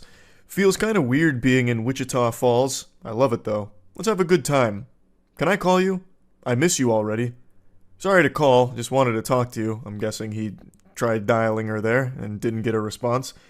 I don't want to be one of those guys that just be passionate about anything, but in the instance I was passing about you, there's a couple things in society that you go through. I don't know what type of Confucius wisdom he was trying to drop there. There's a whole lot of words in that vomit, and none of it translates to anything in that sentence. I don't know what was even said there. That is a real head-scratcher. Where's life and just live, but nothing truly measures to you meeting up and having a good conversation. I like you. I like you a lot. My friends coming from all destinations have a party tonight. I hope you're there. I hope you have school. Please deem that necessary. Please deem your boy necessary. I love our conversation, but I'm probably the best dude you ever know. Big red flag. Anyone that identifies as a nice guy or the best guy you ever know, hey, probably not going to be the best guy you ever know. Yeah, I'm not gonna beat around the bush here. If you're tooting your own horn, that horn's gonna be stinky most of the time here. But me saying that, I don't know. But you are a princess to me. Sorry to text you so much, as I'm not a texter. Do you need to call me? I'm there. I'm leaving Cheddar's now, about to hang out with one of my friends. He's meeting me here. Heart. And she finally responds saying, I'm sorry, I have class in a minute. I'm trying to rush through everything quick as can be. Again, totally understandable. She has already said that she is busy. So it's probably not a good idea to just fucking flood her phone with all this spaghetti that's fallen out here. So let's break this down. He's clearly very excited. And there's nothing wrong with being excited. Being excited's great, but maybe dial it back when you're not getting responses. He talks about loving their conversation. Brother, there's no conversation except for the one you're having with a ghost right now. There's nothing happening in these messages. You are speaking to yourself. To me, it seems like he started panicking when he wasn't getting a response in a time period he felt was acceptable, so then just kept sending more and more text messages on top of it, just bombarding her. And then he sent another picture of, I believe, them out and about.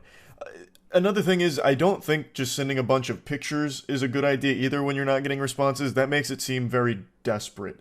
Just let this sit for a bit. Just let it ruminate. Let her marinate on this and get back to you when she's not busy. You don't need to keep sending these text messages, which is a lesson that I and many others have learned. You don't want to just keep texting endlessly if you're not getting responses. There's this unspoken rule, I suppose, about, double texting or the forbidden jutsu of a triple text. Of course, it's mainly a meme, but there is some real logic behind it. If you're texting with someone and they're not really responding, it's not really a good idea to just keep pressing that. Either they're not interested, which is fine, it happens, or they're busy. And in either one of these cases, sending more text messages is only going to serve to make things much more uncomfortable and worse all around. Girl, be you, that's all that I want, but I do want to see you. And then sends this creep shot of just two women at the bar they're at, two older women. And then he goes, so Cody and I are about to take these ladies home, laughing emojis. I swear to God, two old ladies about to take us home.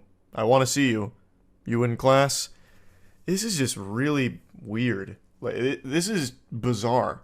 Where is this coming from? Why are you taking a photo of just two random ladies claiming they're trying to take you home or something? Shit's getting a little loopy here, and It's still not hitting. She's still not responding because again, she has already explained she has class. She is busy here. Now the way he's texting makes me feel like he's drunk at the very least because it's almost incoherent, like babbling, saying nothing. It's so many messages to say nothing. Like, what do you mean? I hope you deem your boy necessary or whatever. Like, what is going on? Like, this is... You shouldn't be texting right now. What you need is some Pedialyte and just rest and recuperate. So she finally responds again saying, I'm in class, I'm sorry. I don't know what the prize that needs to be paid. Just really love the time we had. Might be getting soft. And she's as confused as I am. What do you mean, lol? Me sure who I am is the price I mean. I appreciate the explanation, Yoda. Again, what? Huh? Another picture of some beverages here. We're about to move, dude thinks he is prettier than me. What the fuck? I told me I can pull more chick than you, bro. Had me cracking up. Just move to the side and have fun, bro, is what I told him. And then sends a picture of a song that he's listening to. I don't know what's happening in the lore right now. He's treating these text messages with this girl like it's his diary. Or like he's live blogging his life right now in real time, live tweeting in these texts. It's baffling. I also think he's making it up. Like, I don't understand what this is supposed to be. You won't believe this. Guy said he could pull more chick than me? Ha! I couldn't stop laughing. It reminds me of that really shitty advice that people used to preach about, convince a woman that you're desirable by making it seem like other women are vying for your attention and time. Like, fake a phone call or something. Pardon me, madam. I'm getting a phone call. Yes, Stacy. No, the pussy appointment was canceled. We can have sex another night. I'm busy. It's boys' night. I'll call you back. Alright, goodbye. Sorry, this girl, she always wants to fuck me. But anyway, what was your name again? Like one of those things where it's like, oh wow, this guy's got so many girls are interested in this guy. I mean, maybe I should be interested too, was the line of thought. That's what those text messages scream to me, that he's just making that whole situation up right there. Because what random dude's gonna come up saying that he's prettier than him and that he can pull more chicks than him? Just a total stranger. That's not like a human interaction that would ever happen. Some dudes smell like ass. Laughing emojis. My goodness. Why are you telling her this? Like, what is the response even supposed to be? And then he just sends like another random photo of someone playing pool. Presumably him playing pool, I guess. I don't know. He just keeps sending all these fucking photos of beer, two old ladies, him, beer, pool. Why? It's not a picture book. It's supposed to be text messages, like a conversation, but there's no conversation. Stop fucking texting. And he just says, haha. And she responds again, finally, after a bit of a drought, saying, that's nice. I mean, yeah, that sums it up. Like, what are you supposed to say to this? Just, oh, cool. Oh, interesting. Nice. And then he goes, not without you. We are at Deep Eddies. My goodness, lol.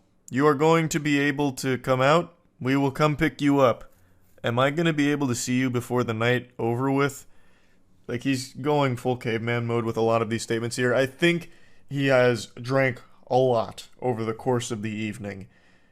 And still, after all of these messages, nothing of value was said.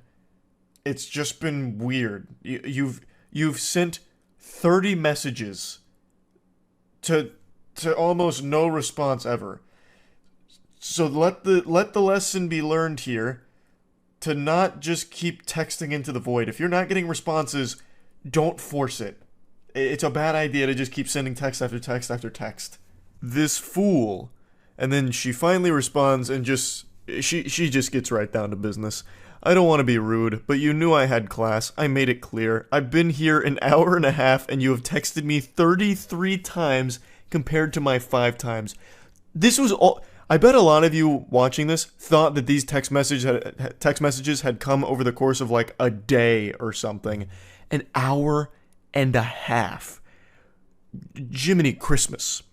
I'm sorry, I do not want to pursue this any further. You don't understand boundaries or when someone isn't answering. Be safe. Have a good night. I think that is a very understandable, reasonable, and respectful way of just getting this across here. He clearly did not respect boundaries or respect that she was busy, so I think this makes complete sense. And he says, I won't text you anymore, nor will I ever message you again.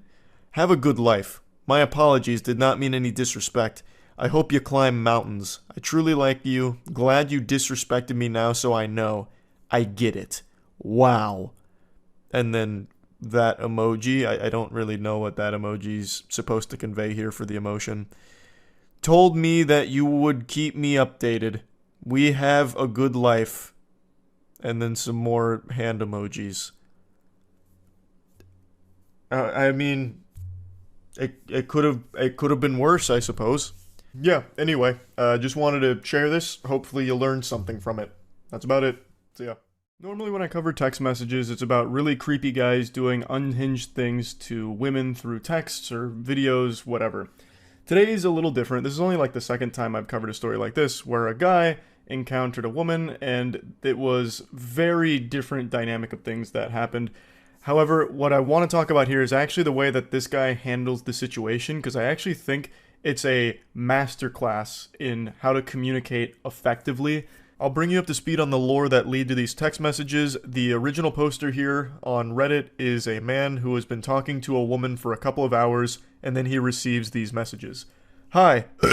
I've been thinking about you all evening and can't get you out of my mind, handsome. I know it's a little early to say this, but I have such a special feeling about you. And he goes, oh wow, that's really nice of you to say. I appreciate that so much. She says, you're welcome. While you've been away, I even told my mom and my friends about you. It truly takes a rare kind of guy for me to be able to say those things so quickly about. I feel so lucky and honored that the stars aligned to have us match when we did. You feel too good to be true, and I want you to know that. And he's blushing here like an anime character. Oh gosh, wow. Gee willikers, goodness gracious. That's super nice. Thank you. Out of curiosity, what is it about me that stands out to you? So, again, they have only been talking for a couple hours in total, and she's already basically planning their wedding. She's telling all of her friends, her family about this guy, despite not knowing shit about him. Prior to this, they had only talked about their pets. At least that's what he said, mainly their pets. So this is a lot to take in here. She's basically creating this Hallmark movie out of nothing. Off rip. We only started talking a couple hours ago and only shared a few texts back and forth so far. So I'm honestly just curious what caught your attention about me, because that's very, very sweet of you. This may sound crazy, but call it a sixth sense if you will. I can read people like a book, and I already feel like you, I've known you forever. I don't know if you believe in past lives or not, but if stuff like that exists, I had a weird feeling about 30 minutes ago that we knew each other in a past life, and I have to get to the bottom of where and how. Damn, that's really crazy. It really is, though. Thank you for finding your way to me. And he just goes, haha, you're welcome. When asked what about him exactly drew her to feel so strongly about him so quickly, she says that it was a sixth sense. Basically, it's her superpower. She's one of the Avengers, and she has the ability to find her soulmate after only communicating with them for a couple of hours. She's like a vibe sorceress. She's able to pick up on vibes and figure out who's got the best vibes for her, and falls in love very quickly. Nothing here seems malicious, and in a vacuum, it's pretty sweet messages, but these are messages you'd expect from someone that you are actively dating or someone you have known for a long time and are progressing to that stage. This isn't something that you would immediately dump on someone's plate after only knowing them for a couple of hours. That's a lot of food to digest there. That's a lot to put in your pipe and smoke here. There's a lot happening way too quickly. I hope you don't think I'm crazy. I don't normally say stuff like this to guys, but there's something different here, almost like spiritual energy. I've been waiting for my soulmate for years and kept getting led astray by the wrong people, and now I think I know why. We have to meet ASAP. I'm so fucking excited to see what out energy in person is like. If it's this intense over text, I can't imagine how incredible IRL our dynamic will be. She's definitely seeing these text messages through a different lens here, because I'm not picking up on any type of electric energy. I'm not getting butterflies in my tummy just reading it. I'm not getting the tingles. This is two very different levels of intensity and excitement. She's out here full of jubilation, like she just won the lottery. Meanwhile, the guy's energy is the same excitement you get over finding an extra chicken nugget in your 8-piece box. Like, it's very different. But he still says, when are you free? I'd love to meet tomorrow, but I have therapy late afternoon and then work at night. So how about the day after? That would probably work. I can let you know for sure by tomorrow at some point. How about I take you to dinner? I would love that. I'm so looking forward to the first meeting in our beautiful story, handsome. Aw, lol, you're so sweet. I have to go to bed now for work tomorrow morning, but let's talk more tomorrow. Absolutely. Sweet dreams, sweetheart, and you'll be in my dreams. He says, sweet dreams, I hope you have a good night's rest. The next morning rolls around and it's a totally different ball game, sports fans. Good morning. How's your morning going? She says, good morning. Fine, and yours? Now he's the one with a lot of energy now. Great so far. You hitting him with the Tony the Tiger? Great! Just had a meeting with my boss and got some pretty positive feedback, so I'm pretty happy about that. And she just one-words him. Gotcha. He immediately picks up on the tonal shift here and says, is everything okay, lol? Yeah. Why do you ask? Because you're being more short than you were yesterday, which is fine. I'm just trying to see if you're okay and if you need anything. This guy seems like an actual sweetheart, but this guy seems like a fucking peach. This guy seems legitimately like a nice person. And she goes, I appreciate that. Well, to be honest, I was in my feels this morning when I woke up to no good morning text from you. That's an odd thing to expect from someone who is legitimately still a stranger to you, but even still, he apologizes, saying, oh, I'm sorry, I woke up later and had to rush to work. As soon as I got to work, I had the meeting with my boss and then immediately texted you after the meeting was over. I'm really sorry for the misunderstanding. Yeah, it's cool. I just thought you were perfect for me and then this happens. And he's as confused as every other person on the planet would be. He says, I'm confused. Did I do something wrong? It's still pretty early in the morning. It's not like I went most or even half of the day without texting you. She then says, love is about prioritizing other person and you clearly prioritize your job and your boss over me. I'm going to let that ruminate for a moment. I'm going to let you go ahead and marinate in that text for a second. And now we'll proceed. He says, you could have sent a good morning text to me too, you know. Let's just pause there. Love is about prioritizing other person and you clearly prioritize your job and your boss over me. Yes, as he should. You are a stranger. What do you expect him to do? March in there up to his boss, spit in his face and be like, I quit.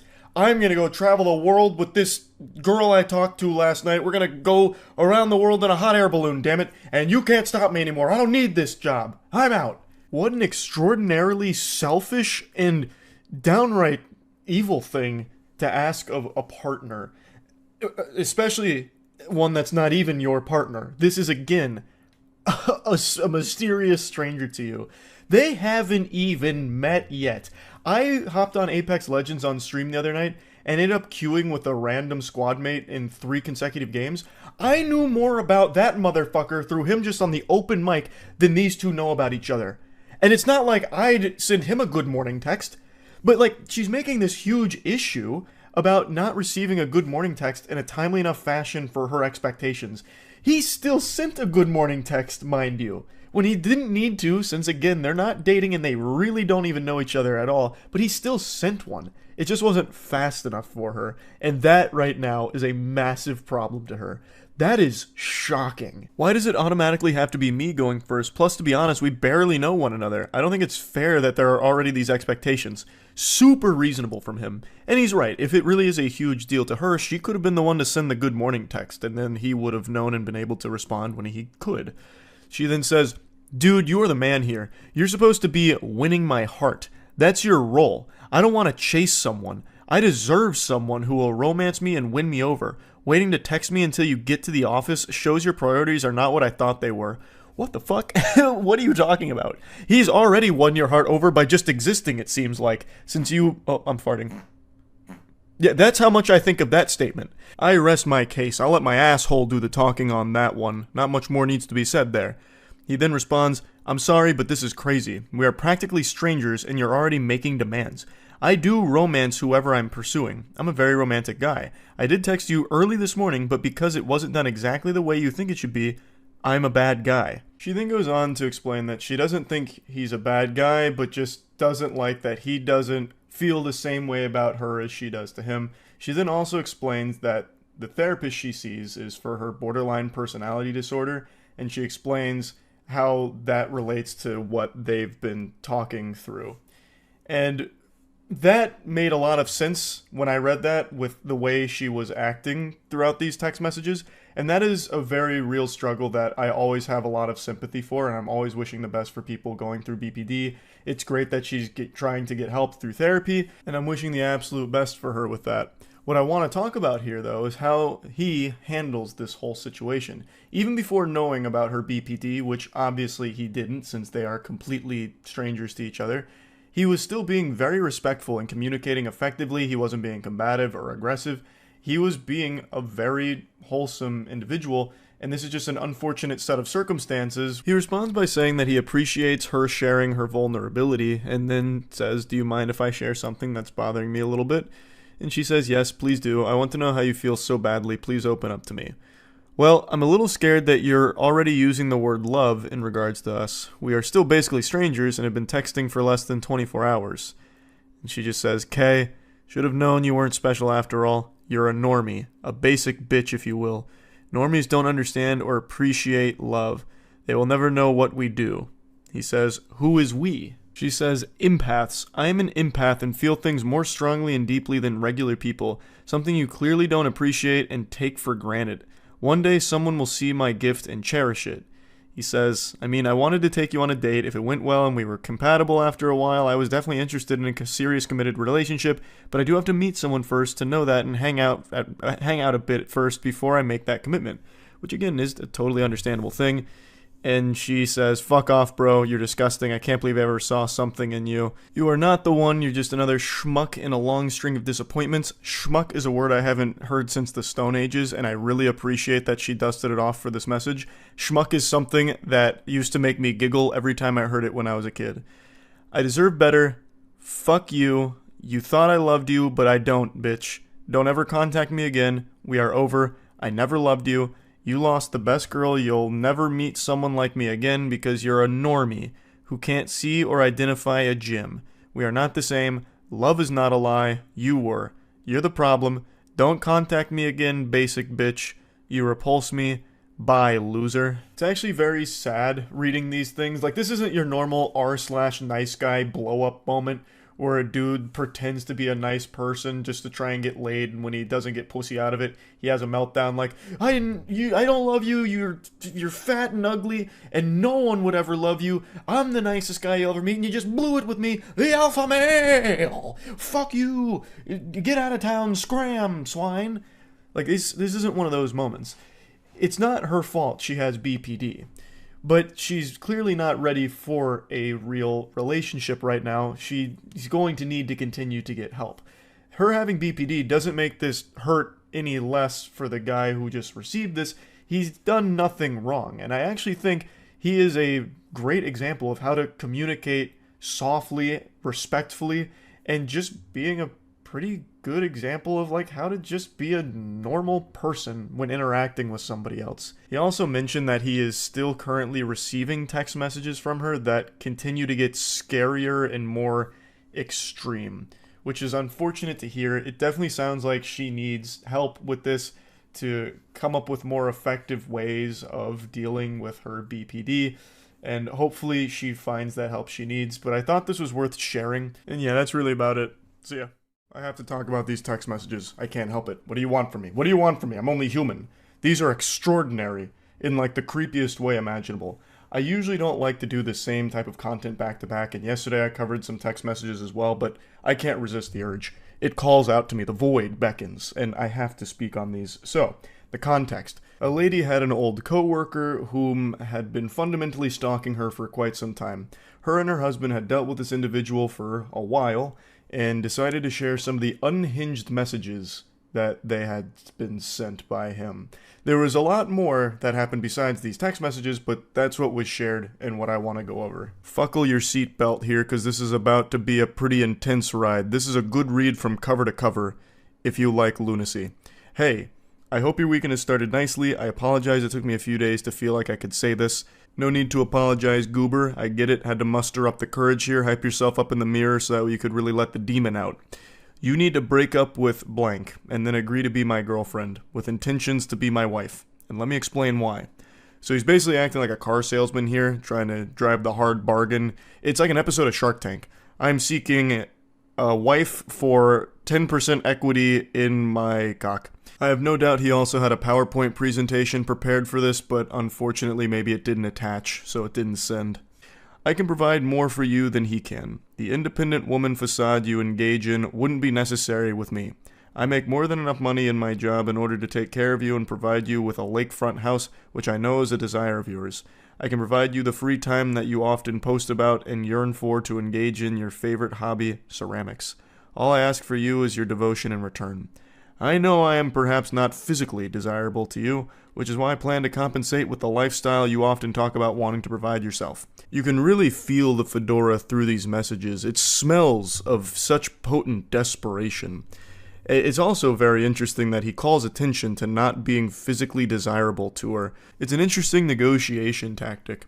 Excuse me, madam. I know you may not be physically attracted to me, but here's how I can make up for my face looking like turbo ass.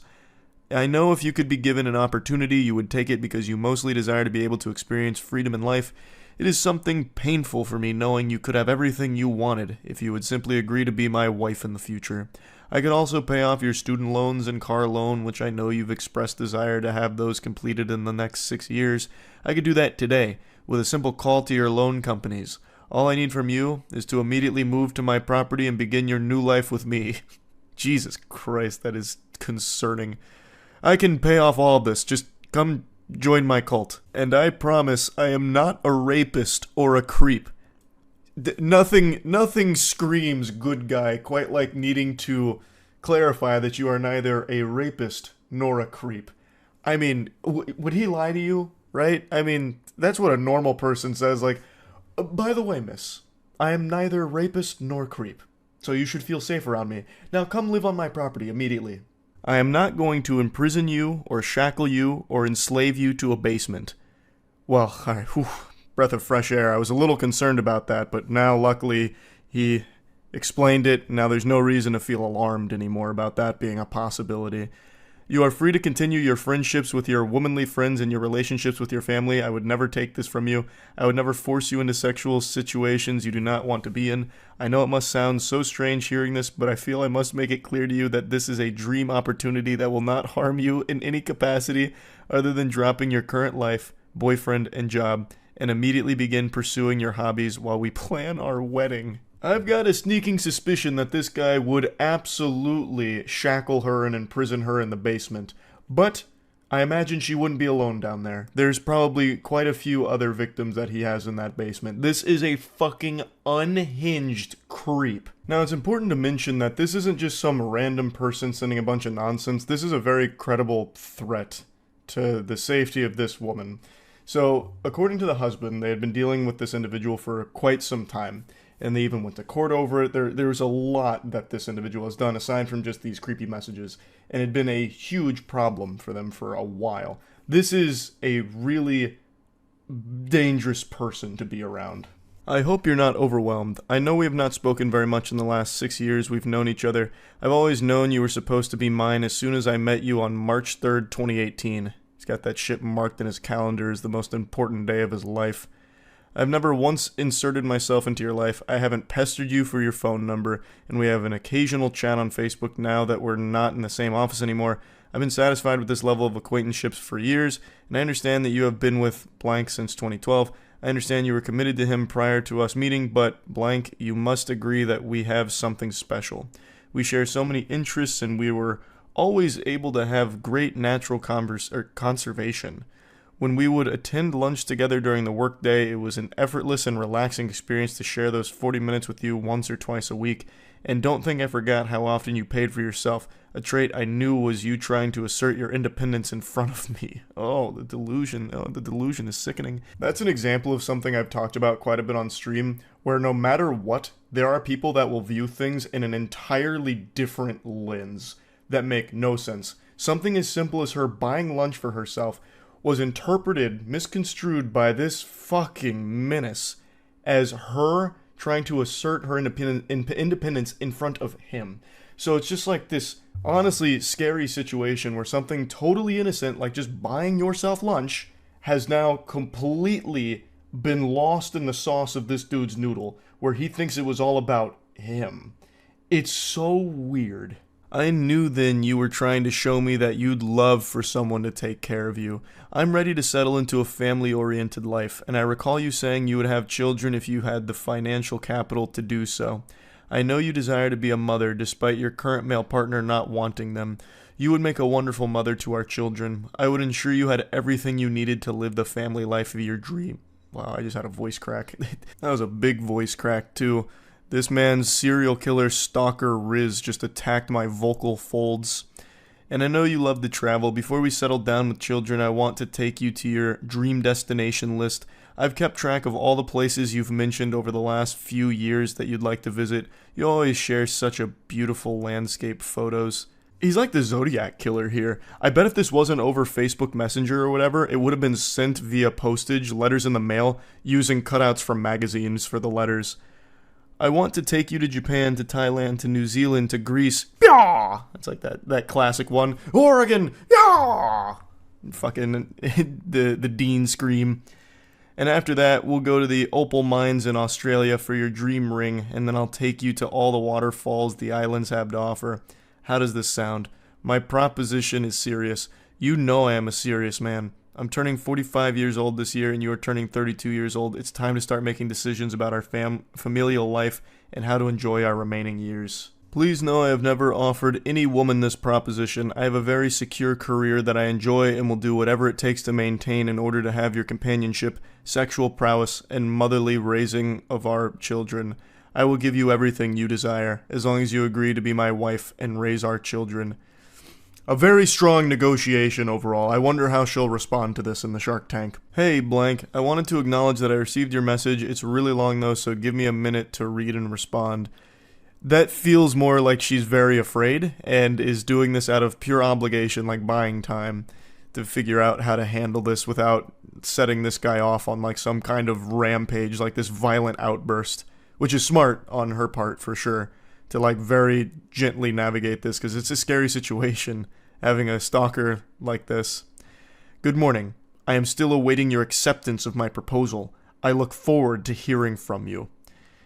Oh god, he's dropping the hammer now. It's all business, and he's not taking no for an answer. Good morning, goofball. I'm going to be perfectly honest, I don't know how to respond to this. I don't mean this negatively, but I honestly don't know whether or not to take this seriously. What I mean by that is, I don't know if this is a joke or not. You said this is quite out of left field, so I'm not exactly sure how to respond to you.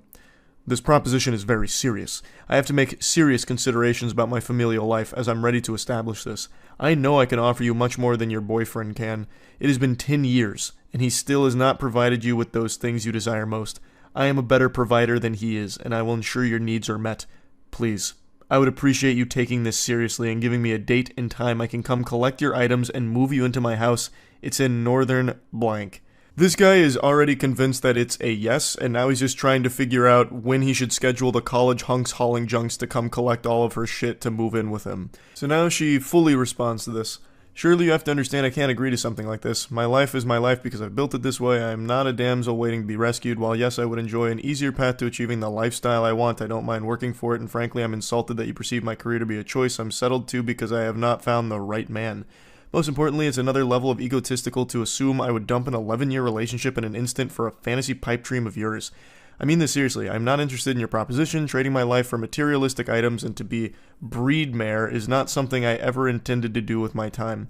I don't know you. You don't know me. You have a limited glimpse into my life through my social media posts. What you see online represents a fraction of who I am as a person. We were co-workers and nothing more. I made this very clear to you in the years we worked together. I was in my relationship prior to even working with you.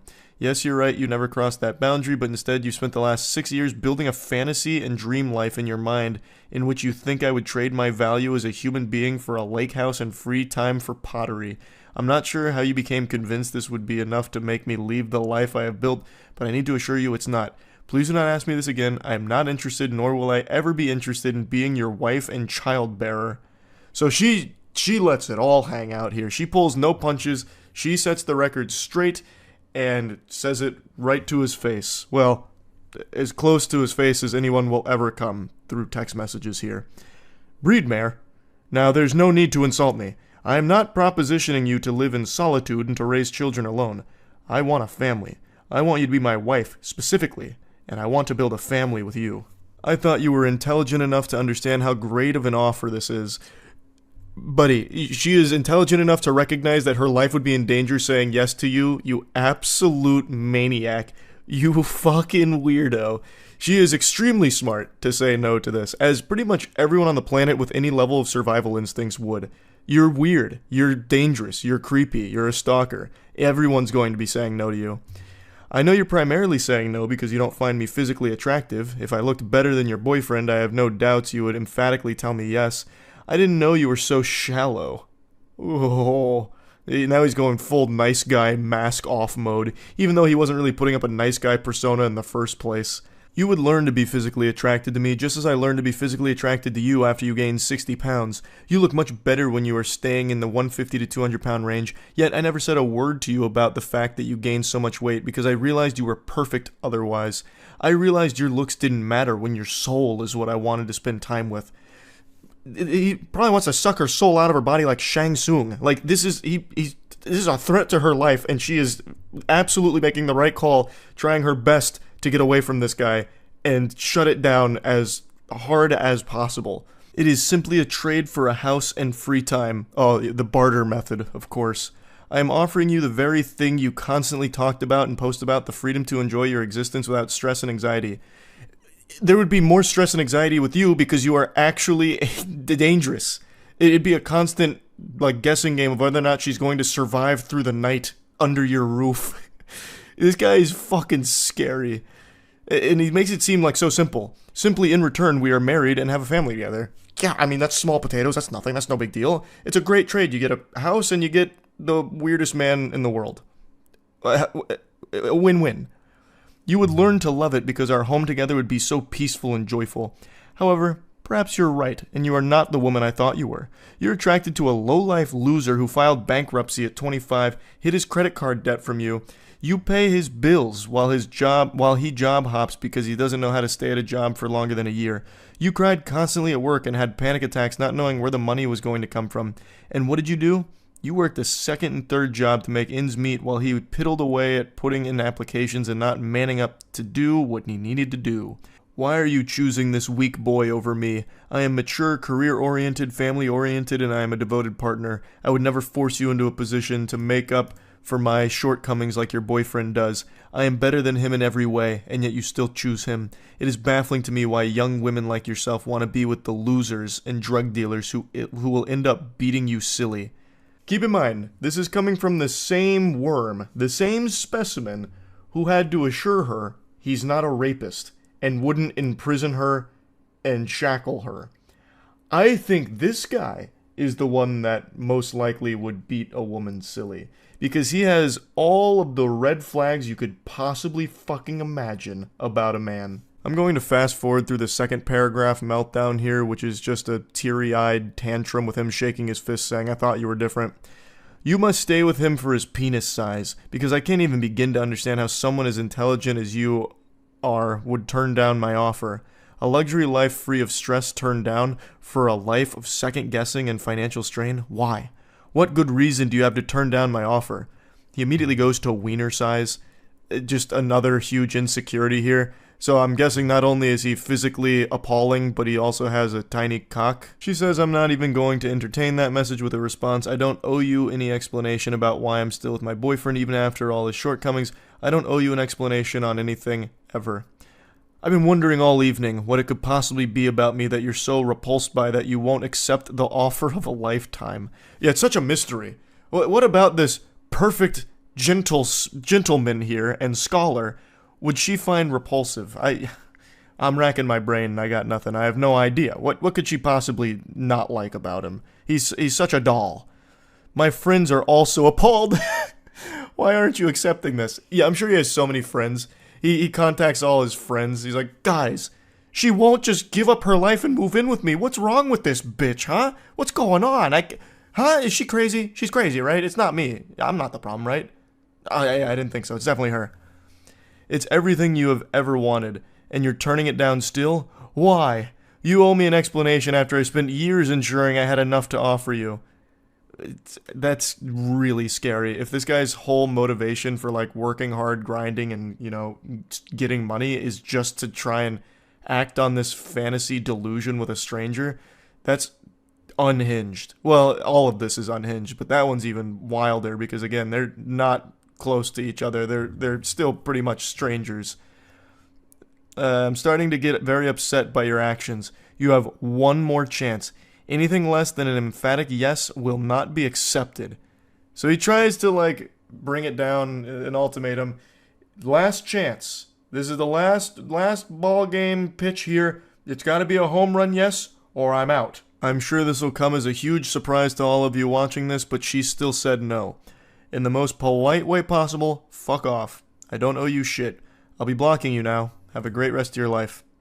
I waited all day to see if your little conniption would resolve and you'd come back begging me for this opportunity.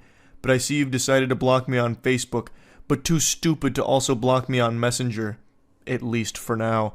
He's now fully in his villain arc. He put on a trench coat, sunglasses, and he's doing this while typing. I see you've blocked me on Facebook, but not Messenger. For now. I cannot believe I allowed myself to become entangled in the idea that a beastly fat woman such as yourself would actually choose to settle down with me.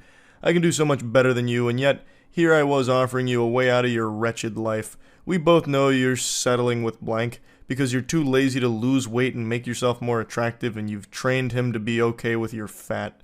I was willing to let your fatness go to the side because I knew if you had free time, you'd lose the weight and retain a more attractive figure for our relationship. I'm embarrassed I've spent so much time preparing for this moment and was wasted on a fat whore who doesn't know when she has struck gold. I truly thought you were different, that you actually wanted a nice man to be with. I see I was dead wrong. And she says, you can literally suck the juices out of my fat blank and choke on them, you absolute troglodyte. So at least there's a happy ending here. It ended on a positive note for both parties involved. So this guy did end up doing the quintessential nice guy sign-off, that standard song and dance of, you know what, I'm better than you. I should have never wasted my time with you because you're fat, and you're a whore, and you're chunky, you're chubby, and I hate you. You're tacky, and I hate you. You're fat, and I'm a nice guy, the nicest guy you'll ever meet. You blew it. You blew it. It's on you, and you should feel bad. I'm not crying, you're crying. That's where the text message journey comes to a conclusion. Like I said, there was a lot more outside of text that he did, but I only wanted to focus on the texts. Hopefully they don't have to deal with this individual anymore going forward, and yeah, that's about it. See ya.